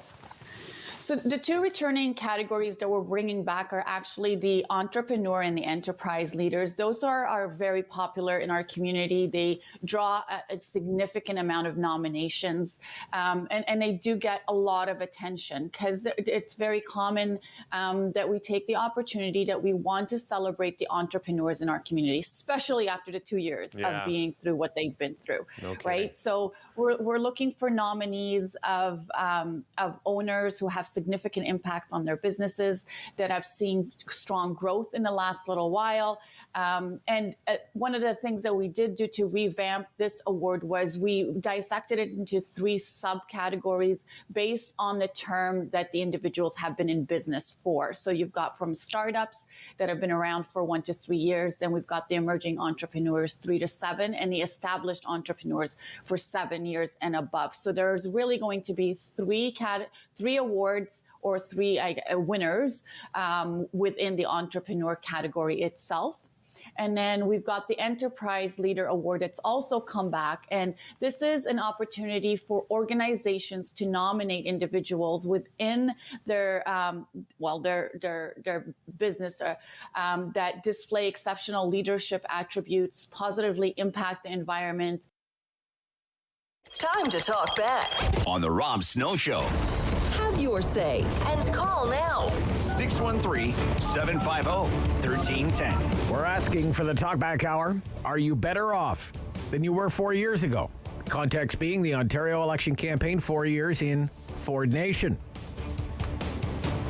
And the incumbent is speaking right now at an event in North York, taking reporters' questions. Just a little bit, please. Live on City News. Work with a conservative government, or is it, or was he wrong then, or are you right now, or are you I'm not going to a judge liberal any, in a blue tie? I'm not going to judge any other. Are you a liberal in a blue tie? Is that what I'll tell you, our families, be it my dad or my brother Rob or Michael, we've supported the hardworking women and men in this province, the union members. We always have. I love them. I remember walking by construction sites with Rob, and all of the men and women with hard hats, they'd go wild for Rob. And I'm just so grateful. These are the people that are going to build Ontario, build Toronto, build the whole province. They're out there slugging it out day in and day out, no matter what type of weather it is.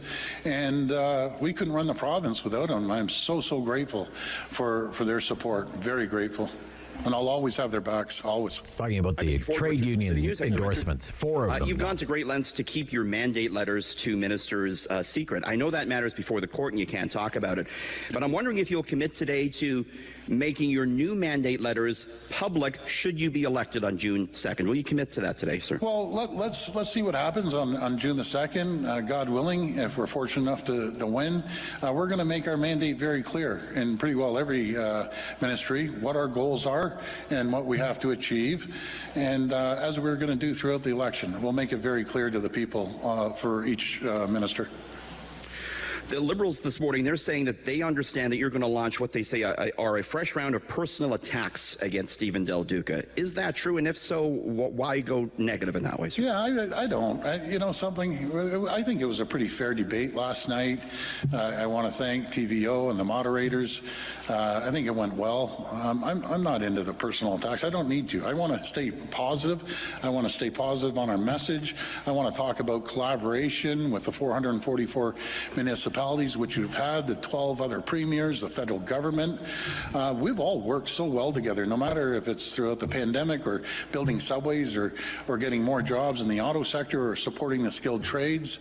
That's the way you do it. Okay. All right. That's our own Richard Southern asking those last couple of questions from City News with the Premier of Ontario, Doug Ford, in North York. Promising to finish the Trades Institute of Ontario as he racks up another endorsement from the Painters and Allied Trades Union today. 4 big trade unions are supporting the PCs, endorsing the PCs. My question for you during the talkback hour is, are you better off than you were 4 years ago? Doug Ford's been the Premier for 4 years. Are you better off than you were 4 years ago? In Renfrew, Regan. Good day, Rob. Hi. Better off? Absolutely not. Absolutely not. Okay. Absolutely not. And neither probably 50% of the seniors or more. Okay. Okay. You know, and as far as the debate, there's no substance there. A lot of crap, but no substance. Everybody has promises. Nobody cares how they pay for them. They think we're an ATM machine, just like the federals. You know, I hear lots of grand promises, but we still all have to pay for it. And you know, can I just say one thing about what really gets my goat? You know, especially when I hear talk about education and whatnot, and all the people that are for education are also for climate change, but they don't want to go to online learning. So we'll just continue to pollute with school buses and that. Right. Okay. For 100 years, blah, blah, blah. But, I mean, there's all kinds of things that are, you know, they all talk about the main necessities, or they never talk about second-tier necessities, you know, that cost you too, you know. So no, I'm no better off. No better off. Okay, thank you. Thank you, sir. Yep. Better off than you were 4 years ago. Let's ask Brad in Nepean. Brad. Hi, Rob. You're better off than you were 4 years ago. I'd say status quo. Status quo. Okay. All right. I'm a senior. I've lived in the Nepean West for 60 years. I drive a 13-year-old Subaru. I have a bus pass. No plans to travel, but I'll trust the government we have now. He's brought us through the COVID. I watched that debate last night. It was a total embarrassment to me. Okay. Other than the fellow from the Green Party and Ford, I thought they really represented themselves well. Mm-hmm. You know, it's hard to pick and choose, but where I am in my life, I'm going to go for Ford because, you know, I just don't trust, especially, you know, Del Duca from the Wynne government. Del Duca, And Andrea Horwath, I just thought she was embarrassing. That's just as a senior, what I saw. So I'm. Well, it's just, I guess with Andrea Horwath, it's like every topic that came up, it's all about Ford's buddies. It's housing, Ford's buddies. Transit, Ford's buddies. Highways, Ford's buddies. How many buddies does Doug Ford have? Right? I know, but it's easy to pick on the guy that brought us through the last 2 years. And, inflation's nothing to do with him. All this other stuff's going on. And like I said, I'm biting the bullet. I'm not traveling. I'm keeping my expenses low. Yep. I still feel blessed. But I'm just realizing that, look, you be careful. Be careful. Okay. You've got the right outlook, I think, Brad. Thank you. Very wise words. Thank you. Thanks, Rob. Yep. Take care. Yep. Be back after the news. Are you better off than you were 4 years ago? It's been 4 years of Ford. How's it been for you? This is City News.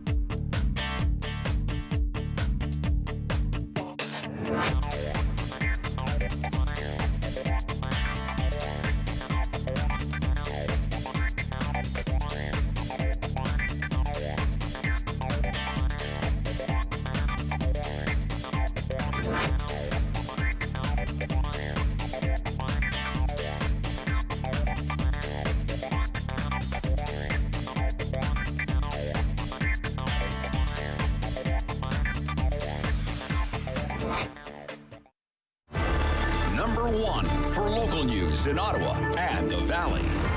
This is City News, now on 101.1 FM and 1310 AM.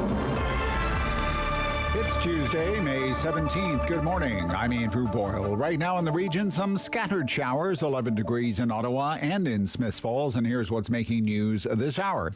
The NDP says it will spend $4.8 billion in the first 3 years of a 10-year plan to renovate schools that need repair in Ontario. Leader Andrea Horwath says children in the province deserve a safe place to learn. Horwath says that means schools where windows can open, AC and heating systems work, and fountains are safe to drink from.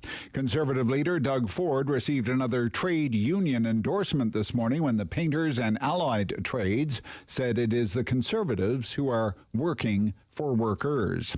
The public inquiry into the 2020 mass shooting in Nova Scotia released a 130-page summary of evidence. It suggests there was confusion over exactly who was in charge of the RCMP operation.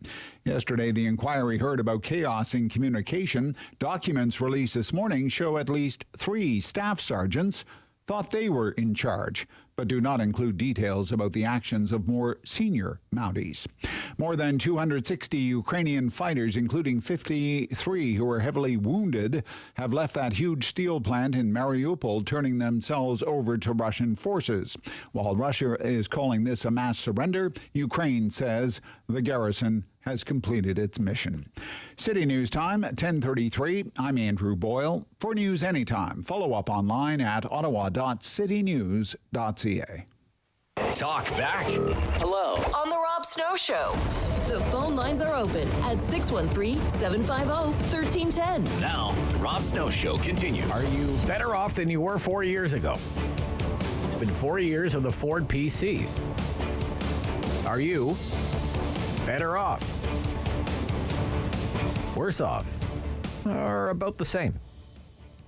Why would voters be better off or worse off than they were 4 years ago? 4 years ago, this new PC government, led by this untested one-term city councillor out of Toronto, brother of a famous or infamous mayor of Toronto, orchestrated this shotgun majority victory in an honest-to-goodness change election. It was throw the bums out.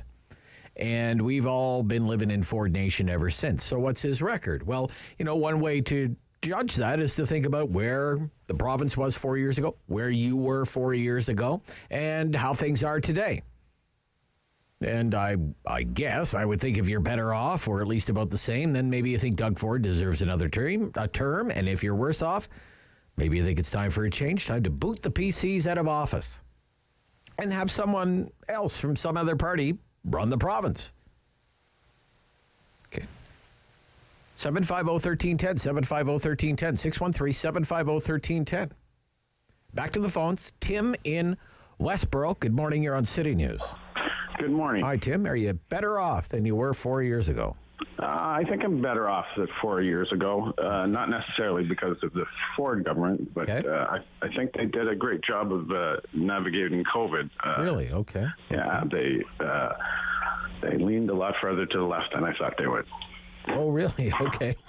You're surprisingly happy because they weren't as conservative. Is that what you're saying, Tim? Yeah. Really? Okay. In such a time that the whole country was up in kind of crisis, they stepped up and delivered what the people needed. That's very interesting. Okay, so why would you say you're better off, Tim? Even if you don't want to, give the credit for being better off to, say, the Ford government. What has made you better off, if you don't mind me asking? What has made me better off?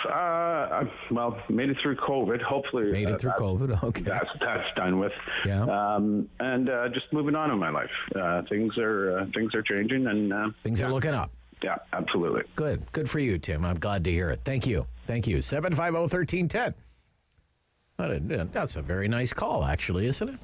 Beverly in the West End. Beverly. Hi. Are you better off than you were 4 years ago? No, Rob. I'm going to keep it brief because I tend to ramble on. I'm not highly educated, but I think I'm worse off, and it's been very hard on a senior with the cost of living and everything in the older building, and my daughter in floods and fires, so it's been very hard, and everything broke down in 10 years, widowed for so long. So, like I said, the COVID, the PSW, they don't particularly treat them very well. So I'm not happy. I listened to the debates, and I'm not happy with any of them right now. But anyway, Rob, okay. It's as far as I'm concerned, it's been very difficult. You go out and the bus stops are moved with the cost of everything. So being a widow for 16, 18 years, it's been very hard, Rob, and other people to keep safe, bringing in stuff, and the cost of living has skyrocketed. So that's all I got to say. Well, thank you, because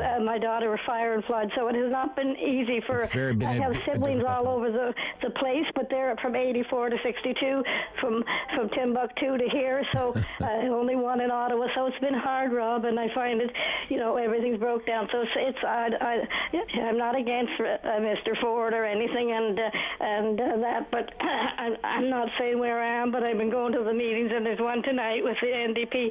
So I'm just heartened with all of them right now, you know. Okay. You think we could do better? All right, Beverly. Thank you. Probably, and maybe worse. I don't know. Maybe worse. Okay, Beverly. Could be worse. Okay, thank you. Thank you. So thank you, Rob. All right, Beverly. All the best to you. Let's just say a little prayer. Okay. Yes. Say a little prayer for Beverly. Yep. Okay. Just a quick highlight from last night's debate.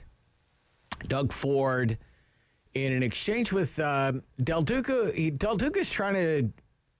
I think Del Duca's trying to channel these memories of Mulrooney. You had an option, sir. You're a failure, sir. Canadians deserve better. So you remember when Mulrooney did that to Turner over the patronage scandal under Trudeau. You had an option, sir. I thought it was probably Del Duca's best moment of the night. He was very pointed at Ford. Whether it comes across as authentic, I don't know. Let's listen to a little bit of that. And prosper and grow. And when the economy thrives, prospers, and grows, so do communities.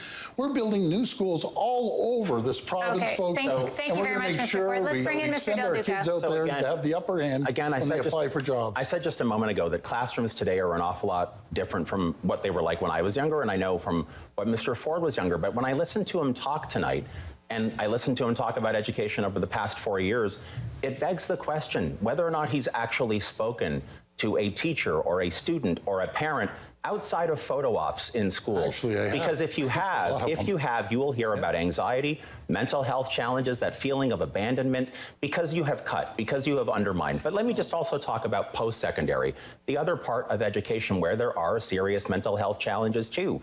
When Mr. Ford came to office, he made it dramatically less accessible and far less affordable for young students to go to college or university in this province. Horribly backward economic policy.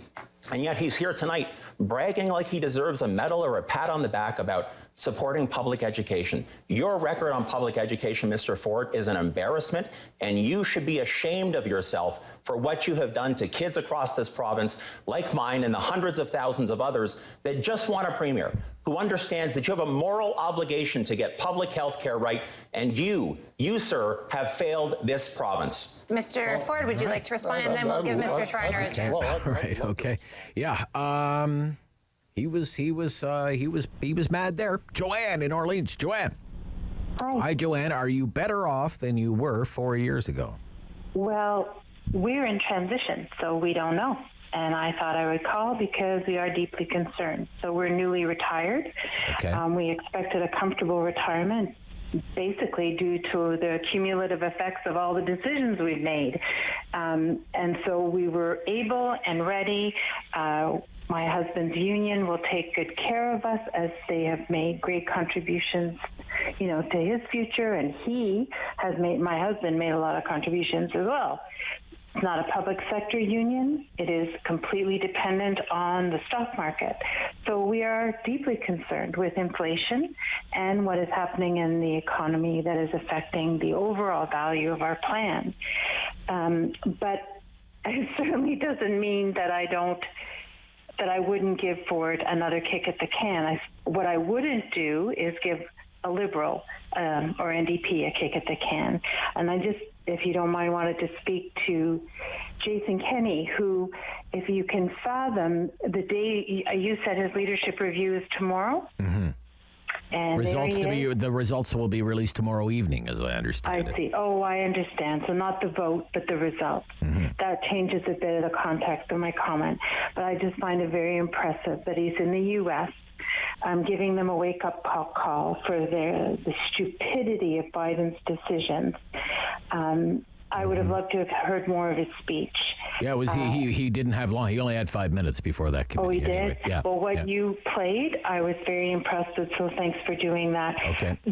My point is basically that if his future is in the balance and he is there plugging away for his province, I always thought Jason Kenney loved this country and he loves Alberta. And this proves it to me. It may not be 100% in the context I thought. And tomorrow might be his last day. Tomorrow might be his last day. Yeah. Right? And what is he doing? He's out there pushing for his province. And Ford, to me, does the same. He loves Ontario. And there is no Liberal in my lifetime that has given me that kind of assurance. Not Chrétien, not anyone, where they put Canadians or Ontarians ahead of anyone else. Okay. And we can quibble about many things about Ford, many things.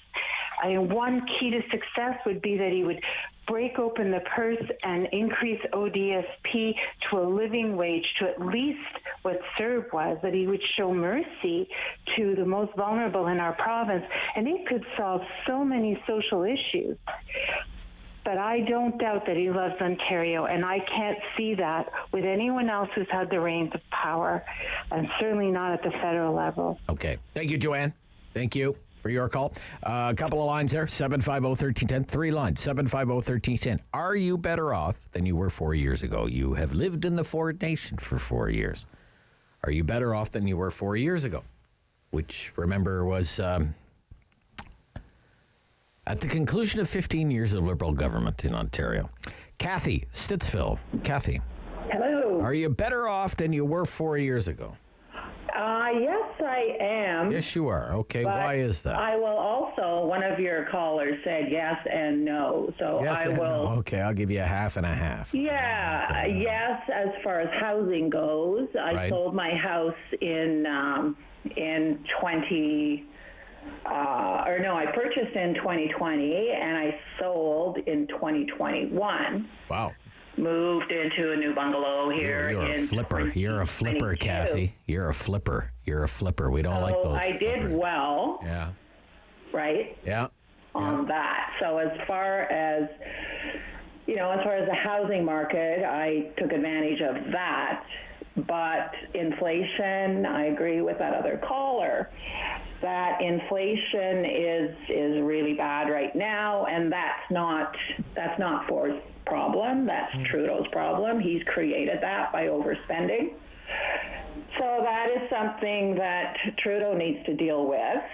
Well, Trudeau would say, well, it's not my problem. It's an international problem, right? No. It's supply chain. He would say it's supply chains. It's the war. It's, lots of things. No. He's prime minister. The buck stops there. He is the prime minister. He's responsible. Nobody else. Well, the finance. Well, Doug Ford, pardon me, ma'am. Doug Ford governs a province with 14.5 million people and a province that's 40% of the GDP of the country. Right, but the buck stops with the prime minister. Okay. Anyhow, last night it was kind of lackluster, the debate, to be quite honest. Yeah. I was doing other things and kind of checking in here and there. It just didn't really hold my interest all that long. Something that bothered me, though, and that helped me make my decision as to the vote was this new racist, I don't know if it's an agency or department or something that all three parties, the Liberals, the NDP, and Michael, the Green Party, all three of them said that they were in favor of this racist agency. And the only one who wasn't was Doug Ford. So for that reason, Doug Ford is going to get my vote. You kind of lost me on that. Sounds like something that Trudeau will be able to decide who is acceptable and who is unacceptable. It sounds almost like this woke agenda that's going on in various parts of the world. And I think it's got real potential for more infringement on our freedoms, which Pierre Trudeau seems to be doing a lot these days. Well, Justin, yeah. Okay, thank you, Kathy. I got to run. My gosh, I spent a lot of time today resurrecting the dead. Rob Ford, Pierre Trudeau. Okay, 10:47. Are you better off than you were 4 years ago? Be right back with John, Michael, a couple of lines there. They're yours if you want them. 750-1310. Rob Snow Show City News. If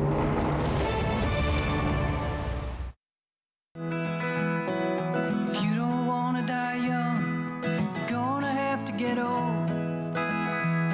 Don't keep that home fire burning. Gonna wake up cold. Be thankful for the sunrise for each and every day. 'Cause it only takes one lightning strike to get all away.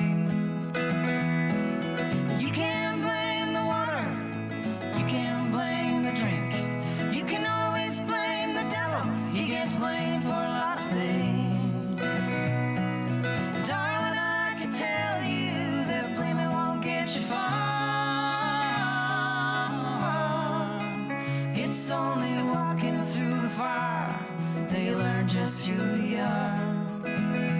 If you talk while your mind is racing, you can't say what's really true. If you love while your heart is racing, it gets hard to follow through. You get caught stealing daylight, you're gonna have to do the time. 'Cause pennies don't fall from heaven, and a nickel ain't worth a dime.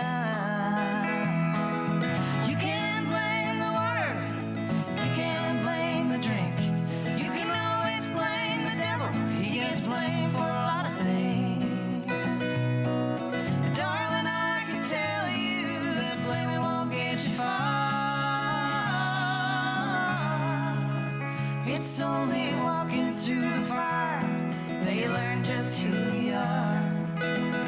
Can be angry as lightning, bitter as the wind. Can rattle your sword like a storm coming in. Can be cold as a rock, mean as a snake, hard as a bullet, never own your mistake.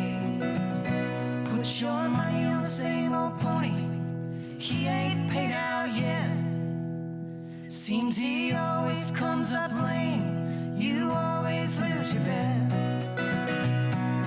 You can't get to paradise trading on magic beans, 'cause reaching for the sky is harder than it seems. You can't blame the water, you can't blame the drink, you can always blame the devil, he gets blamed for a lot of things. Darling, I can tell you that blaming won't get you far. It's only walking through the fire that you learn just who you are.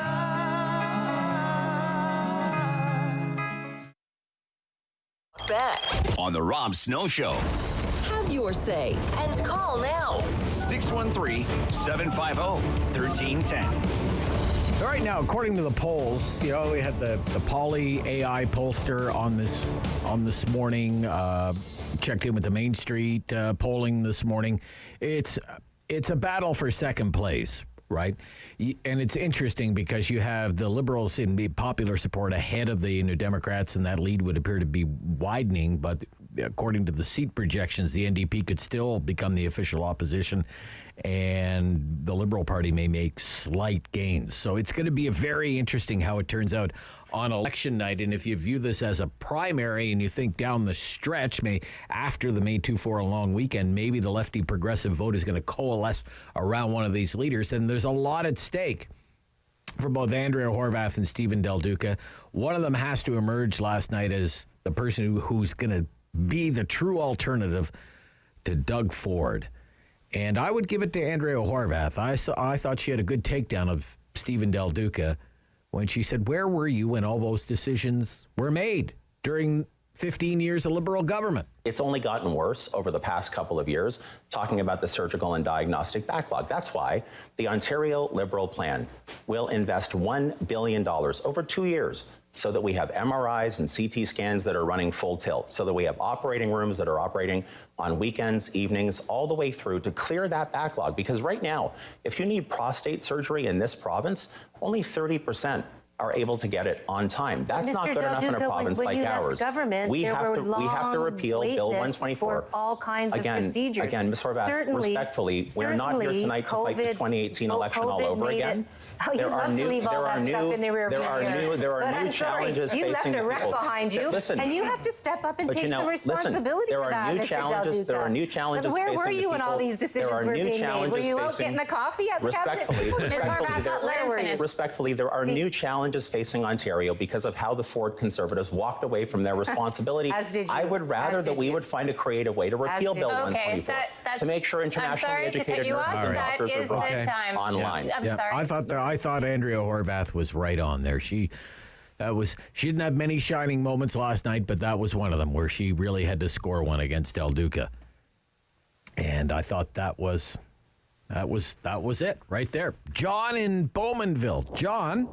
Yes. Are you better off than you were 4 years ago, John? No, I'm worse off. Worse off, okay. Why is that, sir? Well, I'm a truck driver. I work between 60 to 70 hours a week. And I can just remember how Doug Ford and everybody treated the drivers, of being locked out of all the buildings, not being able to go into anywhere, not getting paid any more money to work as some of the union people were getting paid more money. And we were just treated like second-rate citizens, but we were forced to work to deliver everything for people to be able to survive on during the COVID. Okay. Were you part of the convoy here in Ottawa, John? No. No, you weren't. Okay. All right. Just curious. I'd ask, Okay. Thank you, John. Thank you. Thank you. I know the polls are giving, the edge to Ford, but still, nevertheless, on a better off, worse off thing, it's not going well. I'll add it up at the end of the hour just to see how it's going. But it decidedly, by quite a margin, the number of people who are worse off outnumber the people who are better off. Michael in Nepean. Michael. Good day, Rob. Hi. Better off? Worse off? About the same? What is it for you? I personally am better off. Okay. But, that has more to do with me just getting a better job through the pandemic. Okay. Which I'm very grateful to be able to do. I don't think the PCs really had a chance to govern in the last 4 years. They were kind of too busy dealing with the pandemic. Right. So I'm definitely going to give them another kick at the can. And as far as the Liberals and the NDP, some of the stuff they're talking about sounds nice, but I guarantee you, if they get into office, it's going to be, well, we'd like to do that, but, the PCs left us in such a state of disarray. Yeah. We didn't know it was this bad when we took over or whatever. Yeah, exactly. And you hear it all the time. Every time big promises are made that are expensive, right? They just want the vote and no deliveries. All right, Michael, thank you. Thank you. Have a good day. You too, sir. Take this one here. Ron in Barhaven. Ron, good morning. Yeah. Hi, Rob. Better off, worse off? For me, it's the same, but the gentleman before, it feels like we've been in this for 4 years. It's about the same. I've been working more hours for the last 2 years because a lot of people stayed home, so there's more home delivery and whatnot. I'm doing 45 hours in 3 days. So about the same. I can't really. It didn't affect us. Didn't affect you. Okay. All right. Interesting. You just kind of, you called me a lot, Ron, over the last few years. You're just kind of coasting through it the whole time, Ron, or what? I was at work. You're at work. Okay. I was doing my job. All right. Okay. So was I, Ron. Thank you. Thank you. I know, and I'm grateful. All right. Thank you, Ron. Okay. From Ron to Vince in Nepean. Nepean, a wonderful place to be in. Vince. Yes, I think that in general, the province is about the same situation they were 4 years ago. 4 years, about the same. What about you? Yeah. What about you? I am a little bit worse off, but I can't complain too much, really. Can't complain too much. Okay. Yeah. All right. The thing is that if we're not much better than 4 years ago, why did we elect a new government, So, but right because now, the other one was there for 15 years, and it was, lousy. How about that? Yeah, their biggest letdown was the reason I think they really lost was the school situation where they were talking about sex in the schools at the time. If you recall. No. Went way beyond that. Went way beyond that. Just look at any Auditor General's report for the last 15 years and open it up to any page, and you'll see why the Ontario Liberals deserve to lose. After 15 years. But let me add this up. I find this really interesting. Okay. I just had better off, worse off, or about the same. 1, 2, 3. Only 4 callers said they were better off. 1, 2, 3, 4, 5, 6 said they were worse off, and 4 said they were about the same. But only 4 people who called me said, my life is better in the last 4 years. Yikes, out of 14 calls. It's not great. Back after the news, syndicated columnist Michael Taube will share his thoughts on that election debate last night and where we are in this election campaign in Ontario right now with 16 days to go. We'll also talk about the Conservative Party leadership race, the Royal Tour, some U.S. politics sprinkled in there. It's going to be a fun chat with Michael Taube right after the news on City News.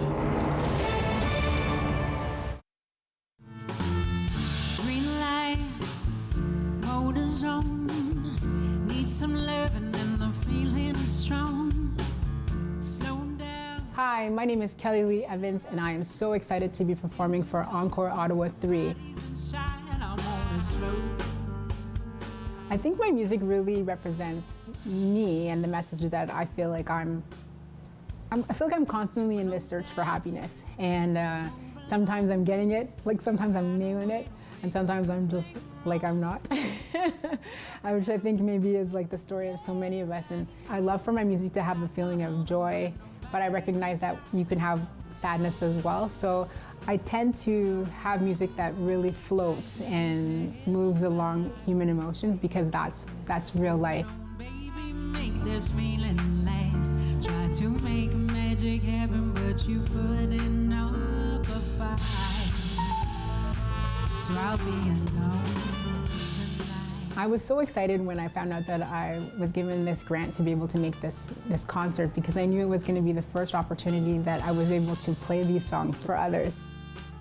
This album was recorded really, truly in isolation, in the sense that I wrote the music by myself, and everybody was in their little, homes, recording each of their parts. And so nobody ever got together in a room together to play this music. So you're gonna see, I think, the joy of playing live, of being together.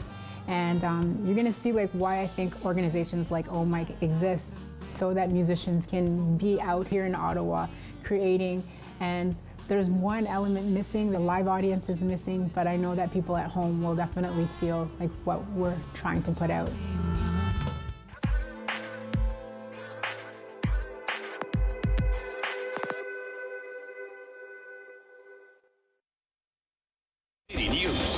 CIWW 1310 AM in Ottawa. And CJET 1011 FM in Smiths Falls and the Valley. Number one for local news in Ottawa and the Valley. This is City News, now on 1011 FM and 1310 AM. It's Tuesday, May 17th. Good morning. I'm Andrew Boyle. Right now, scattered showers in the region. In Ottawa, 11 degrees. Smiths Falls, 13. And here's what's making news in Ottawa and the Valley.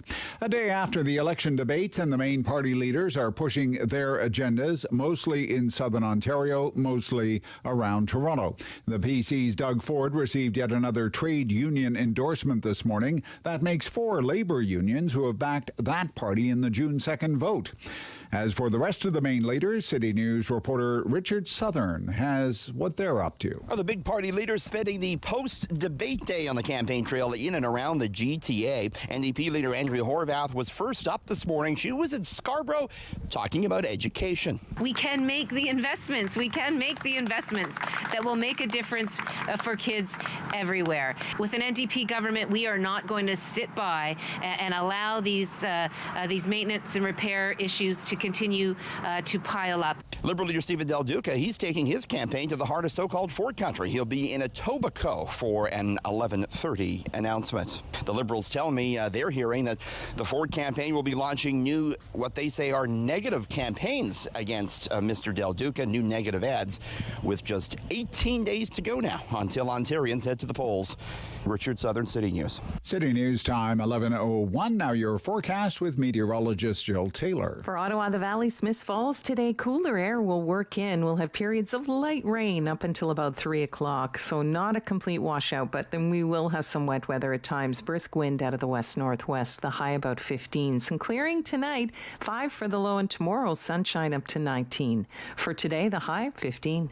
And right now, 11 degrees with some rain in Ottawa, 13 in Smiths Falls. Should the Queen apologize for the residential school system that was in place in our country? Prime Minister Justin Trudeau not directly answering the question. He's awaiting Prince Charles and Duchess Camilla for their arrival for a royal visit in Canada. First stop, St. John's. Here's City News Parliament Hill reporter Cormac McSweeney. As a part of this whirlwind royal tour, the Prince and Duchess will be meeting with some Indigenous leaders, and the president of the Métis National Council plans to use the chance to formally ask for an apology from the Queen on residential schools, given her role as the head of state of Canada and the head of the Anglican Church.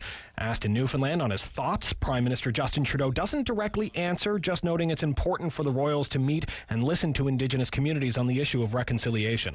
Reconciliation has been a fundamental priority for this government for ever since we got elected, and there are many things that we all have to work on together, but we know it's not just about government and Indigenous people, it's about everyone doing their part. Just last week, the Pope confirmed he would travel to Canada in July to offer a formal apology for the Catholic Church's role in residential schools. The Prime Minister also saying that Canadians right now are not discussing the role of the monarchy in our country and our government, saying they're more focused on jobs, affordability, and climate change. Cormac McSweeney, Parliament Hill. City News time 11:03. American President Biden and First Lady have traveled to Buffalo, showing solidarity with that community after a white supremacist targeted black people at a supermarket that left 10 people dead.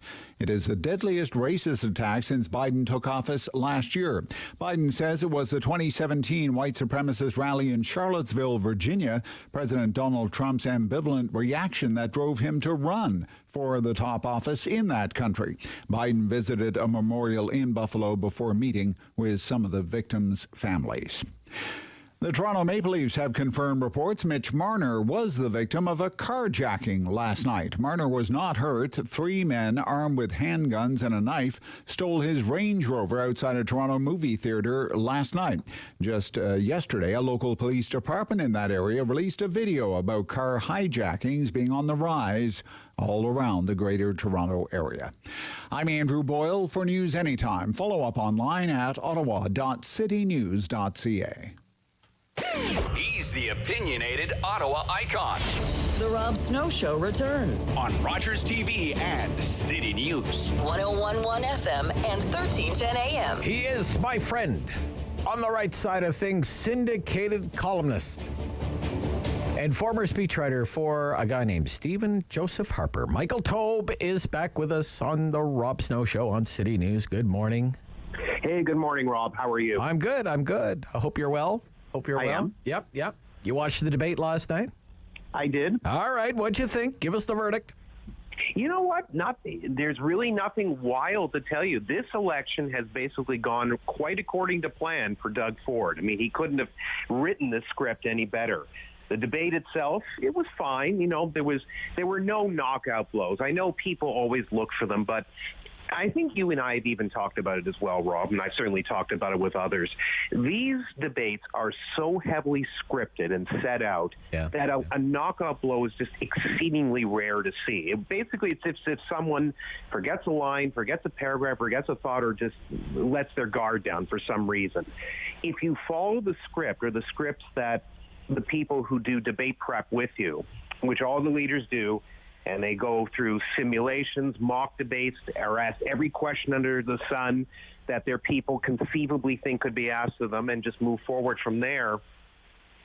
There's not really much you can do. But basically here, if you're going to look at winners and losers, without the knockout blow, the two winners were certainly Ford, who looked extremely comfortable on stage, seemed to be enjoying himself at times, which was nice, very positive, very upbeat, kept on message, and just looked like he was sort of, in command and in charge of what he was supposed to be doing. And the others just could not punch holes into him at all. The other person who also came up ahead, and I don't know if you agree or disagree, was Mike Schreiner. I thought he won the debate. But his party's at 5% of the polls. So exactly. But remember, the Green Party only has so much support in this country and so much support provincially. Yes, they are the official opposition in PEI, but it's rare. I mean, they just, the history of the party is they're still relatively new, and the federal outfit has had so many problems that.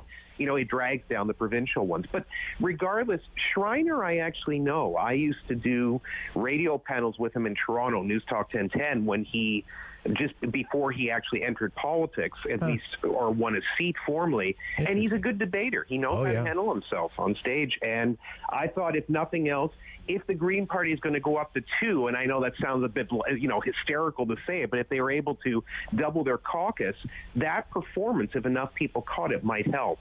And in terms of the Liberals and the NDP, I think Horace came up a little bit ahead of Del Duca, but not by very much. I think for them, both of them would probably be, even though their people were out there saying that they had won the debate, had scored massive knockout blows, had shown the province what's going on. They both, their people know behind the scenes, and if they don't say, they're obviously just they're fibbing. They know that they had to really come in there. If they're whatever the audience was at TVO, for this debate, they had to get engaged. They had to do something interesting. They had to have some spin that would catch on today, for example. And in both cases, neither did. So they have to look at it as unsuccessful in both cases, with Horwath maybe coming up a little bit ahead because she just seemed to be sharper at times in some of the tete-a-tete encounters. Yeah. Yeah, I think that's great analysis. And when it comes to the so-called knockout blow, I mean, they're so elusive. I can really only think of, say, in the last 35 years or whatever. Two maybe. Two. You had an option, sir. The famous Mulrooney. You had an option, sir. You know, that's a classic. And when Jack Layton said to Iggy, you don't get a promotion if you don't show up for work. Like, it was lights out for Iggy and the Liberals in that campaign. That was a superb line. And so skillfully delivered. Like, it was just beautiful. And, it was, yeah.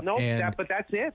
That's it, really, right? And I could see Del Duca trying to worm his way into trying to deliver some kind of line like that last night when he was saying, you haven't been in the legislature 82% of the time, and if you're looking for a promotion, you got to do better than 82% absentee rate. Like, it was so wonky, it just kind of like fell flat. He didn't have that Jack Layton kind of flair, No, he doesn't. Right? Yeah. He also has another issue as well. I mean, he likes to obviously promote the fact that he doesn't speak with notes, and that's perfectly fine. Often what I do when I give speeches, I don't speak with many notes either, or virtually none. So I respect him for doing that, but at the same time, if you're going to do it, you then have to also come prepared with an arsenal of possible comebacks, quips, interesting lines, buzz clips, whatever. Yeah. And he's not that sort of person. He's not a gregarious personality.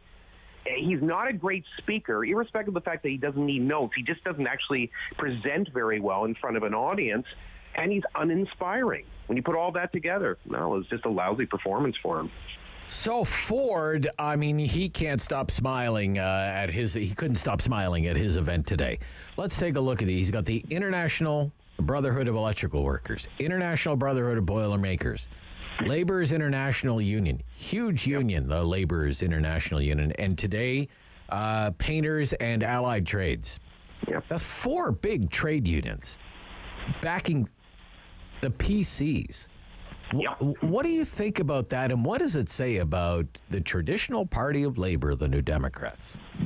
It is astonishing, isn't it? When Smokey Thomas was the initial union labor leader to come out and start saying nice things about Ford, every other union leader at the time, as you may remember a year or two ago, sort of said to him, are you out of your mind? How can you align in any way, shape, or form with Doug Ford, even if on 1 or 2 issues you agree with him? What you presented, Rob, is correct, and this, I'm sure, bothers the anti-Ford critics a lot, but quite clearly, Doug Ford's message is resonating with a lot of people, and it goes back to the populist language that Ford Nation, that Doug Ford and his late brother Rob Ford used successfully to build support, not just within conservative circles, but outside of them. It just shows how successful it can be.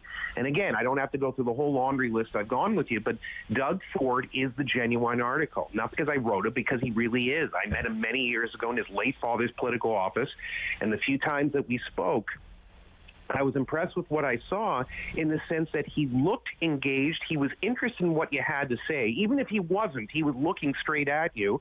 And he actually remembered little things during a conversation that he would poke back at you. And that's a sign of not only a good person, but also a good politician. And we shouldn't be terribly shocked by the fact that trade unions would align themselves in some way with a politician named Ford or someone who's part of the Ford family.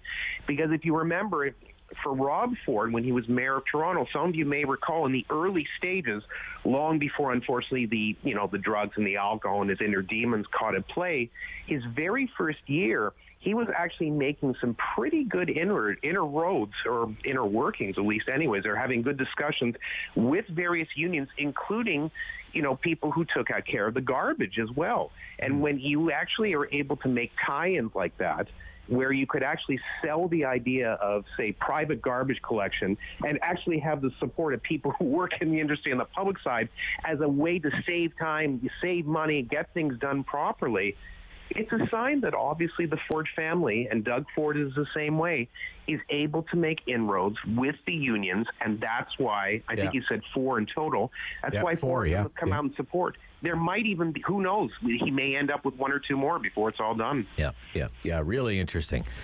Yeah, it's very interesting what's happening there. Just because these are some of these unions are former members of the Working Families Coalition, and you remember the money that they spent on advertising when you could have all of that third-party advertising during Ontario election campaigns. You can't have that anymore, but they were part of that, running nonstop anti-PC attack ads. Yes, and this just wouldn't happen if old-time labor leaders, I think like Sid Ryan, Buzz Hargrove, people like that, it just wouldn't happen. It's really something else. It's really, it's a Ford thing more than a conservative thing, though. It's far more of a Ford thing. If Ford was not the leader, I don't think it would be happening as readily. But if Ford is actually able to make a strong alliance with a lot of these trade unions, and it can be extended past that point, well, that's a good thing, too. All right. Okay. Hey, guess who's come to town?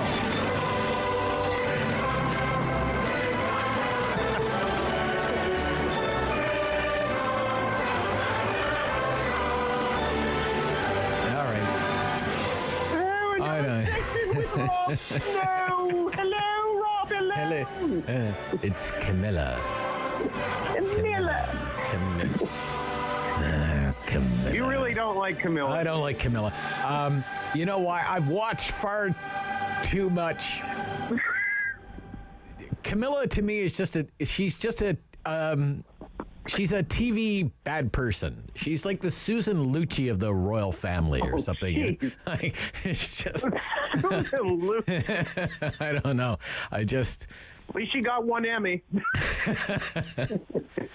So look, it's a 3-day whirlwind, and I mean the big themes. Climate change is very close to. Prince Charles always talks about climate change, worried about climate change, and reconciliation. I'll be interested to see how that plays out. The Archbishop of Canterbury, for example, apologized in Canada for the role of that church in residential schools. The Pope in Rome when the delegation of Indigenous leaders was in Rome apologized.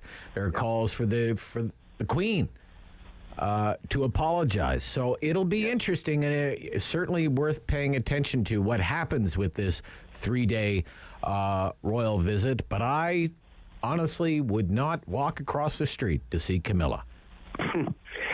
We've talked about this before lightly anyway. The thing is, and I'll repeat what I said before to you to some fashion, which is that Camilla has, at least if nothing else, maintained a strong public image and has improved herself to the point where she just doesn't get into trouble. She doesn't fall into the typical potholes, pitfalls that the other members of the royal family do. And for that reason, she actually comes out looking a lot better and a lot cleaner than the others. And for that reason, I think that actually it is an advantage for Prince Charles to bring her out, not because it wouldn't be expected. Obviously, if there is going to be a royal visit or an official visit, she would join him if she's able to. But she actually helps him a lot. She actually improves and enhances his public image. So I don't have a big issue with Camilla one way or the other. Again, as I've said to you before, I'm not a monarchist. I believe in the preservation of the monarchy, but I don't follow it that closely. My wife does, but that's fine. Like your wife does, as I remember you mentioning to me. So well, she's quite concerned about the health of the Queen, right? As are so many people. We want the Queen to long live the Queen, right? So, yeah. Exactly. Yeah. So, look, I mean, I think that you're right. I think it'll be interesting to see how things handle, especially when they're talking about issues such as issues that have affected groups that have been disenfranchised, disadvantaged, etc., because we know the whole discussion that obviously happened with Harry and Meghan, and the reason why they eventually broke away from the royal family, or at least what they claim was one of the reasons, was allegedly someone in the royal family made either a racist remark or what they interpreted to be a racist remark about their first child. Right. So regardless, Charles and Camilla, Charles will be king one day and maybe a year, could be 5 years, who knows? At some point he will. And for that reason, it's best that he comes out to places like Canada, speaks on behalf of issues that matter to him, and is able to just present a public face for the royal family that looks like it's a clean move from Queen Elizabeth II, who obviously is still in charge and is still able to do things on a different basis. She's 96. She doesn't have the capability she had years ago, and move it to him as he's moving into his 70s. Okay. Big night, I'm told, in U.S. politics. It's always interesting, these primary races, several big primaries. I'd be curious to know, you watch it closer than me, what's worth watching, and what will you be looking for tonight in American politics, Michael? The biggest one is happening in Pennsylvania. That's the one everyone should be watching. And it's not just simply because it's something in the Northeast and it has a history of Republican politicians, which it certainly does. It's an interesting battle which may or may not show sort of how much tout President Trump has when he actually endorses people. Now, Trump in Pennsylvania actually endorsed Mehmet Oz, who people may know as Dr. Oz. People, okay, yeah. Okay. So Dr. Oz, now, look, he touts himself to be a Republican. Based on what I've read about him, based on what he said, it appears that he certainly follows suit, although some are suggesting that when it comes to social issues or even just positions that he's held about the storming of the U.S. Capitol and other things, that it's just sort of a mix and match for him. But then again, in Pennsylvania, there's a history, or a very long history, of liberal republicanism, or moderate republicanism, if you want. So he kind of fits that mold, but Trump endorsed him. And yet his lead has been sort of shrinking on a regular basis against the other two candidates he has. And this woman, Barrett, who is just an African-American woman who I believe was a military vet at one point of her life and, grew up in a poor section of Alabama and has really moved her and her family up. And she's, obviously done very successfully in life. And she wanted to enter into politics and, try to make a name for herself. She's actually challenged him, coming from more of the social conservative wing of the party and taking positions that are obviously associated with pro-life and otherwise. But again, that sells very well in the U.S. Republican Party. We know that, or at least in their circles. And she's made up the gap heavily against Oz to the point that he may win ultimately in the end, but the core support could be cut by so much that it really makes you wonder if Trump made the right choice to endorse him, because Trump was advised against doing it. But, the man who marches to the beat of his own drum did what he chose to do. So that'll be an interesting one to see. So if Oz wins that, crazy. Again, I don't know if he can win the general election, but he would at least have a semi-chance of it. Trump has also endorsed some other people here and there in the other states who, some of them have good records, and others, there's one, I forget in which state, I'm sorry, who basically had a bit of a conspiracy theory-oriented platform as well, and for some reason Trump decided to endorse this person. This is part of the problem. Trump, as I've said before, and I'll say it again, and I'll say it till the election occurs, he is in a very good, or a very solid position anyways, not only to become the Republican nominee for president in 2024, he's in a solid position to possibly actually come back into office and be the first president since Grover Cleveland to miss a term in between and then eventually come back into the White House. Okay. That happened to Cleveland against Rutherford B. Hayes, in the 19th century. Right. It would be extraordinary if it happened again. But to be successful at this, Trump also has to ensure that the people he taps, or the people that he wants to represent certain areas, or that he wants to endorse for certain positions, he has to make sure that, one, he picks the best candidates, and two, he picks the right ones. Because when he makes a mistake here and there, a lot of people will go back to him and say, well, why did you endorse this person, that person? That's part of the risk for, being a president of the United States. That's also part of the risk when you endorse people as well, that sometimes you're doing it for personal reasons, sometimes for political reasons, or sometimes you just feel that somebody, because of their public image, like Mehmet Oz, could actually be beneficial to you. These are some of the things you have to look for. But overall, the Republicans are in very good shape. It looks like they're going to do extremely well leading up to the midterms. Yeah. I mean, even though there's been little bits and pieces and problems, and Roe v. Wade is obviously looming to some degree, it hasn't really hurt them in any poll that I've seen, Rob. So this is an early test. Yeah. It's going to be interesting to see. Like, it's so crazy, U.S. politics. What race are you watching? The Dr. Oz race, of course. Well, because he has Trump's endorsement, which it can do wonders. Like J.D. Vance wrote Hillbilly Elegy, which they made into a movie, right? Yep. Like this big best-selling it's a good book. I've read it. And about the opioid crisis and everything else. That's right. And he used to write for The Atlantic, just vicious essays about Trump and how oh my God, he's such a fraud and everything else, and don't do this. He's going to wreck the culture and everything else. And then he totally flipped, right? Yeah. And went to Mar-a-Lago and really did a sucking up job to Trump, and Trump endorsed him. And won. And he won.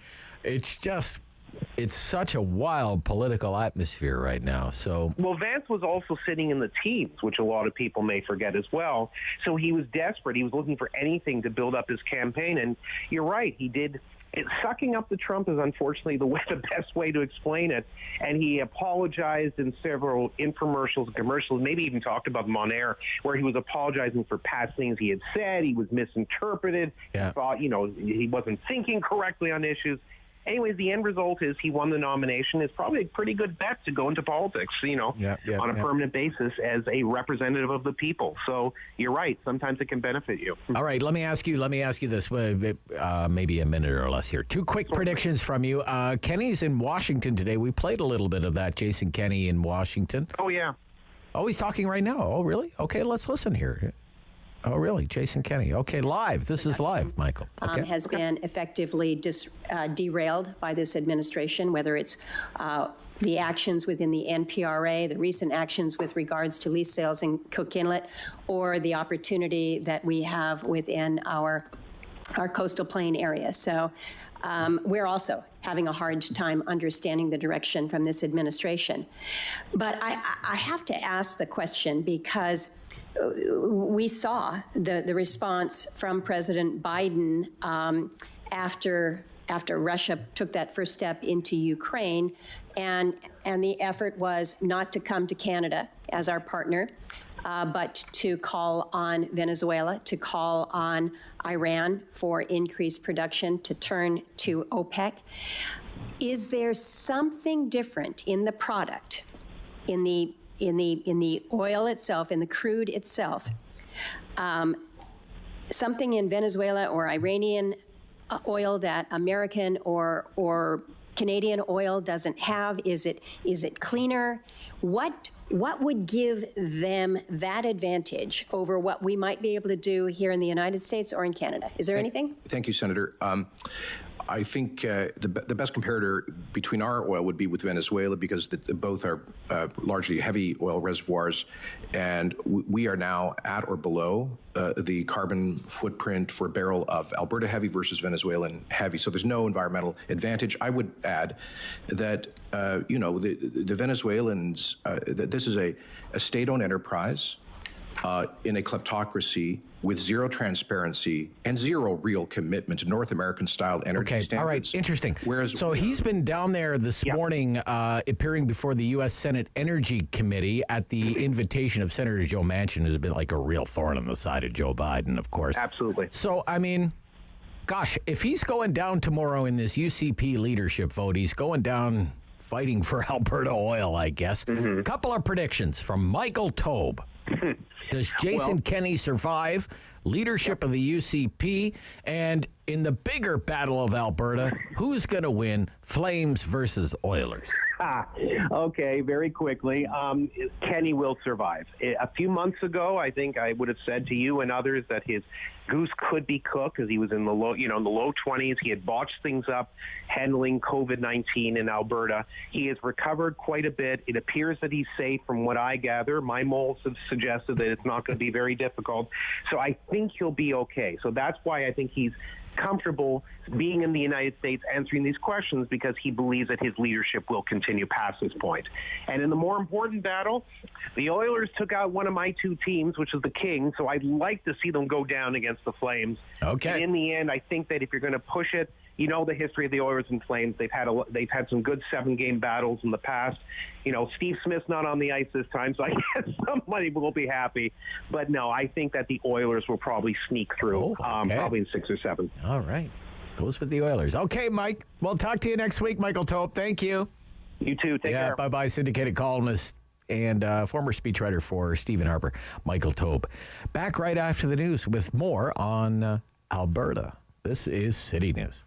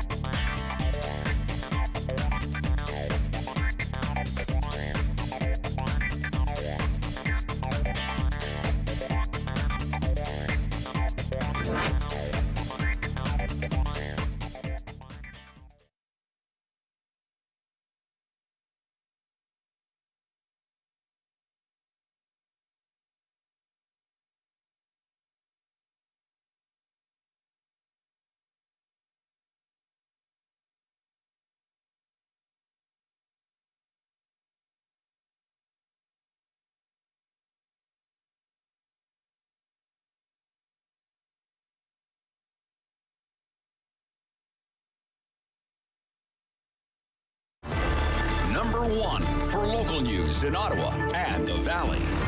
This is City News, now on 101.1 FM and 1310 AM.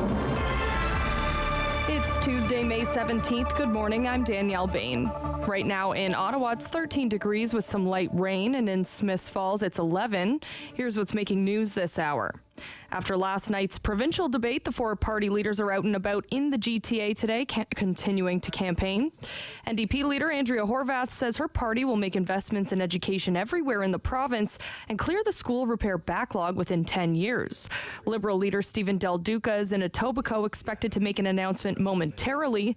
And Doug Ford says his party has received another major endorsement, this time from the painters and allied trades. A parliamentary committee is meeting to discuss expanding federal police jurisdiction to include Wellington and Sparks Streets. Ottawa's interim police chief, Steve Bell, says OPS is used to collaborating with other police services, but any changes to law enforcement responsibilities within the jurisdiction of Ottawa needs to be clearly laid out. He says that's the only way whoever has jurisdiction will have necessary authorities and will not have to depend on an ad hoc emergency legislation. Ontario is reporting 11 new deaths linked to COVID-19 today. The province says that figure includes deaths from previous days recorded during a data cleanup. There are 1,345 people hospitalized with the virus today. 165 are in intensive care. And in sports, the Toronto Blue Jays continue their 3-game homestand with the Seattle Mariners this evening, coming off a 6-2 win last night. You can catch that game right here on 101.1 FM or 1310 AM. City News Time, 11:35. I'm Danielle Bain for News Anytime. Follow up online at ottawa.citynews.ca. Strong voice. Strong opinions. The Rob Snow Show returns on Rogers TV and City News. 101.1 FM and 1310 AM. It is called an Act Respecting French, the official and common language of Quebec. In the news media, simply called Bill 96. Opponents of this bill have described it as the most sweeping use of human rights overrides in the history of Quebec and Canada. And to discuss it, we are joined this morning by Sylvia Martin-Laforge, Director General, Quebec Community Groups Network. Good morning. Good morning. What is your network's position on Bill 96? I think the QCGN has been pretty clear over the past year. It's about a year since it's been tabled. We have studied the bill. We have commented on the bill. We have made representation to the government on the bill that this is not a good bill. It's not a good bill, not just for the English-speaking community of Quebec, for all Quebecers. Okay. And I think that the rally on Saturday, 1 year after the bill, demonstrates that people are listening. It's been a long haul, Ron, to get people. It's a complicated bill. Sure. To get people to understand how much impact there will be. Okay. Well, let's walk through some of it together here. Mm-hmm. Describe what it would mean to be an historic Anglophone. What does that mean? Well, it means that you have rights to education in Quebec. So you could be a Quebecer or a Canadian from the rest of Canada, but you would have to have rights to go to school in Quebec. So that is limiting in that, first of all, administratively, that's complicated. You'd have to have some kind of piece of paper that would show that you have that right. Right. Okay. So administratively, it's a kind of a nightmare to think about. Would you carry a little card? Other than that, if you don't have the right to study in Quebec, in English in Quebec, there's many thousands of people who do not have that right, but consider themselves English-speaking Quebecers, who have come from other provinces, come from other countries, and require services in English in their everyday life, access to health care, access to justice. general access to government services. Yeah, renew a driver's license, a health card, whatever the case might be, right? Yeah, that's right. Yeah. So one of the things that is pretty clear over the years, when you do your taxes, Revenue Quebec has always allowed English-speaking Quebecers to do, or people who want to do their taxes in English, to do them in English. That's not the case to renew your driver's license. You have to get a piece of paper. You have to prove it's not automatic that you can get your driver's license in English. Okay. Revenue Quebec does that though. Right. So last year, when there was an issue with COVID, or a couple of years ago, when there was an issue of getting information in COVID, at first the government wasn't putting out the information in English. What they had to do at the request of many people is to go to the lists of the Revenue Quebec website, Revenue Quebec records, to find out who was getting services in English, and that was turned into sending information around health and social services to everybody that needed it in English. What will this bill mean for CEGEP? Well, it's pretty. They went back and forth on that. For CEGEP, there will be a requirement for for the people who are going through the CEGEP to take courses in French. Now, it isn't core courses in French, but it is courses in French. I think it's 5. What it will mean for the individuals is that their French has to be good enough to learn in French. I mean, speaking in French and being pretty good in French is not the same thing as taking tests in French. So young people are worried about their ability to do those courses in French and get good enough marks to get into the university of their choice. For the students, it means, do I really want to do this? Should I go maybe out of province to get the CEGEP education? For the teachers, it means that there's going to have to be a reorganization of courses and teaching, and teachers are very worried about their employment. It is upending the system. And it isn't only at the CEGEP level, it's parents who now say, well, if my kid goes to elementary, secondary school in English, will they have the same opportunity? What will that mean when they get to CEGEP? So there's a cascade effect of all of this on all of our community, individuals and institutions. And that's what we're seeing at the CEGEP level. What does it mean for immigrants? Well, certainly for immigrants, after 6 months, they don't get services in English. At all. Right. Should say Quebec controls a lot of its own immigration, and a lot of the immigrants to Quebec, my understanding, come from French-speaking countries. Yes? They do. Yeah. They do. Right. Okay. But there's family reunification. Okay. Right? Okay. There are people who come on work visas. There's a whole lot of other people. Okay. Coming in that have to be accommodated in some way. It's an administrative nightmare. We don't know. I think that we don't really understand, none of us, what the implications of this bill will mean on everyday life yet. Right. For businesses, we think we know. The government is telling us that we are being alarmist. Right. The English-speaking community is being. I don't think we are, and they haven't done a lot to demonstrate to us that we're wrong. They tell us we're wrong, but the devil is in the detail, as that old cliche goes. Right. And regulation. The bill has got to be worked through in terms of regulation and what does it mean. And regulation, they don't have to go to consultation for regulation. And they don't have to go to consultation for program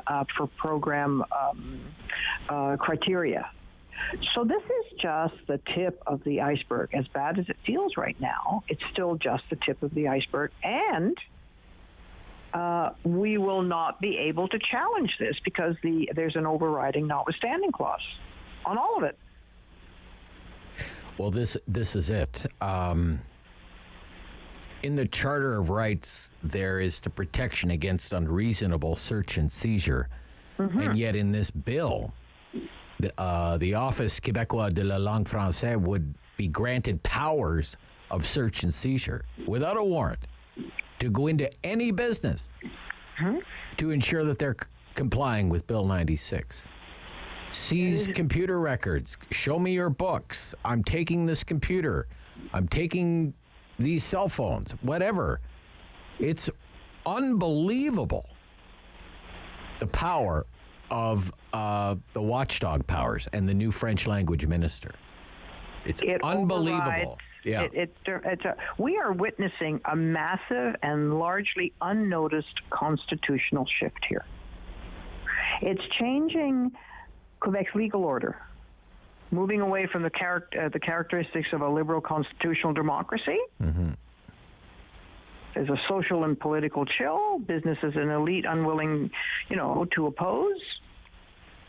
Minorities in Quebec, there are tangible adverse effects on service, employment, social cohesion. Now, the government tells us, no, don't worry, it's okay. Well, really, no.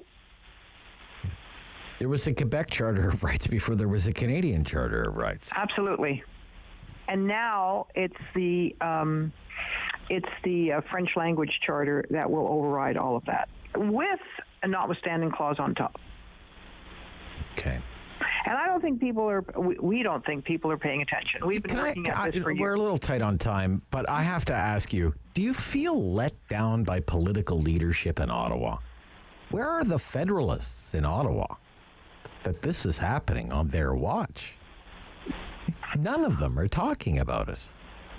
Yes, we do. Yeah. I would say that this is a feeling throughout the community that they are turning a blind eye. They are aggressively turning a blind eye.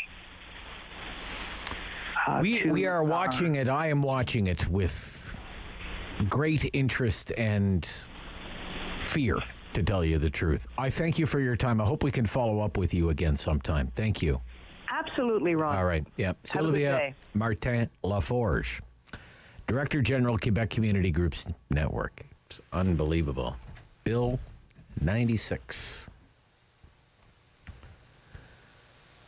From Quebec to Alberta. Coming up next, Jason Kenney is in Washington today. We played you some of that appearing before the Senate Energy Committee promoting Alberta oil at the invitation of Senator Joe Manchin in the United States. Then tomorrow, big day for him. What is ahead for his political future and the leadership of the United Conservative Party in Alberta and the Battle of Alberta. Calgary Flames, Edmonton Oilers in round 2 of the Stanley Cup playoffs. We'll cover all of that. It's a lot to get to with our correspondent in Edmonton coming right up from City News. This is the Rob Snow Show. The Center of Excellence in Frailty-Informed Care at Pearly Health conducts applied research that focuses on the development of best practices. And really, the goal of the Center of Excellence is to optimize care and quality of life for older adults living with frailty. Well, yeah, and that comes to the latest research when it comes to adults living with frailty, older adults, as you said. What is some of the latest research that you've seen? Yeah, so we're really proud of a recent study that's coming out of the Center of Excellence focusing on our CME Understanding Frailty Together program. So CME is an approach to caring for older adults living with frailty, and it really focuses on the assessment and management of frailty in long-term care. So what's really unique about the program is that it was developed in long-term care and it's designed for long-term care.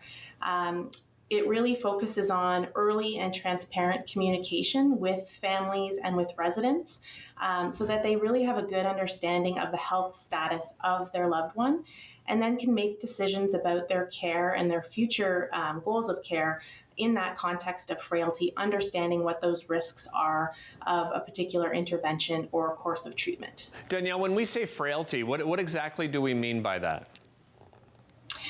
Yeah, so frailty is a medical condition. It leads to a decline in function and health.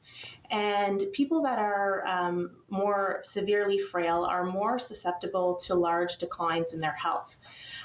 So if they do suffer from a minor illness, they're less able to cope with that illness, and they're more subject to rapid declines in their overall health. When it comes to sort of interventions, I guess there's some are more invasive, some are less invasive. I know you're obviously, looking at the less invasive, but what exactly do we mean by that? Like, can you give us an idea of some of those invasive interventions that we've seen in the past? Yeah, so the CME program revolves around, again, assessing the risks of particular interventions. So someone who is frail, let's say, and has a fall, one of the courses of treatment could be going to the hospital. But someone who's very frail needs to understand, and their families need to understand, what the implications of going to the hospital could be for someone who has that level of frailty. So the CME program helps them understand those risks and take into account really their values and their preferences and their goals of care to help them make the best decision for them.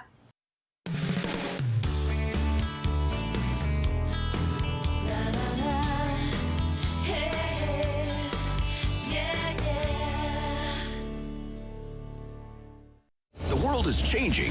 So keep up with Rob. The Rob Snow Show returns on Rogers TV and City News, 101.1 FM and 1310 AM. So once again, Alberta Premier Jason Kenney in Washington, appearing before the U.S. Senate's Energy Committee this morning at the invitation of Senator Joe Manchin, promoting Alberta oil.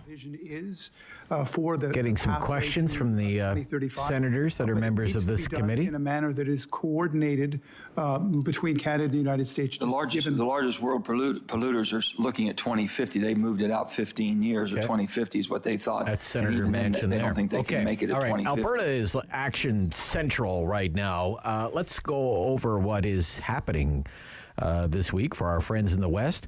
Courtney Theriault is in Edmonton for City News. Joins me today here on City News Ottawa. Good morning.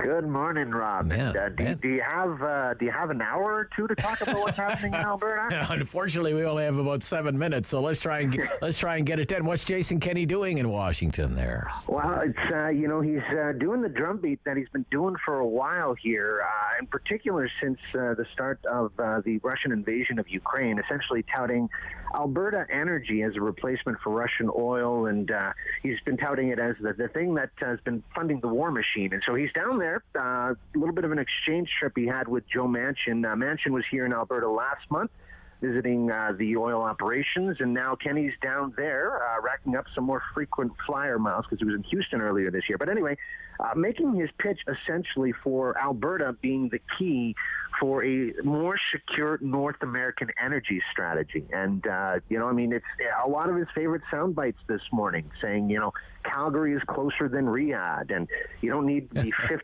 Fleet to patrol the Great Lakes. So we've heard a lot of this before, but this is the first time that, he's had a chance to make this pitch in such a public forum. All right. Then what happens tomorrow with Jason Kenney and the United Conservative Party? Oh, yeah, and you know what? I mean, it's a party that's more divided than the province is when it comes to the hockey setup that we got going on this week. But it is an absolute unknown at this point as to what Jason Kenney's fate will be tomorrow. I mean, you listen to him, and he looks at it as kind of a weird catch-22. On the one hand, he touted voting by mail as the way to go because it ensured more members would be able to have a say. But then yesterday he turned around and said that the vote was stacked against him because dissident members were purchasing membership. So it's absolutely wild because, we look back at some of the previous votes here in Alberta when it came to conservative leaderships. Ed Stelmach and Alison Redford both had 77% support on their leadership votes. They quit. Ralph Klein, of course, had 55% back in the day, and he stepped down. And right now it's a coin flip. And Kenney has said if it's 50+1, he's not going anywhere. Oh, wow. Wow. Okay. All right. 50 plus 1 is good enough for him. Okay. All right. That's very interesting. And so, look, it's mail-in, so they have all the votes. So it's really just a big reveal, right? Oh, absolutely. Yeah, I mean, okay. this is this isn't like American Idol or Canada's Got Talent, where the votes are tabulated in the middle of the show. They've already got the numbers. They've already got them. Okay. Just doing this for dramatic effect. All right. Okay. And they promised to have it wrapped up before the hockey game.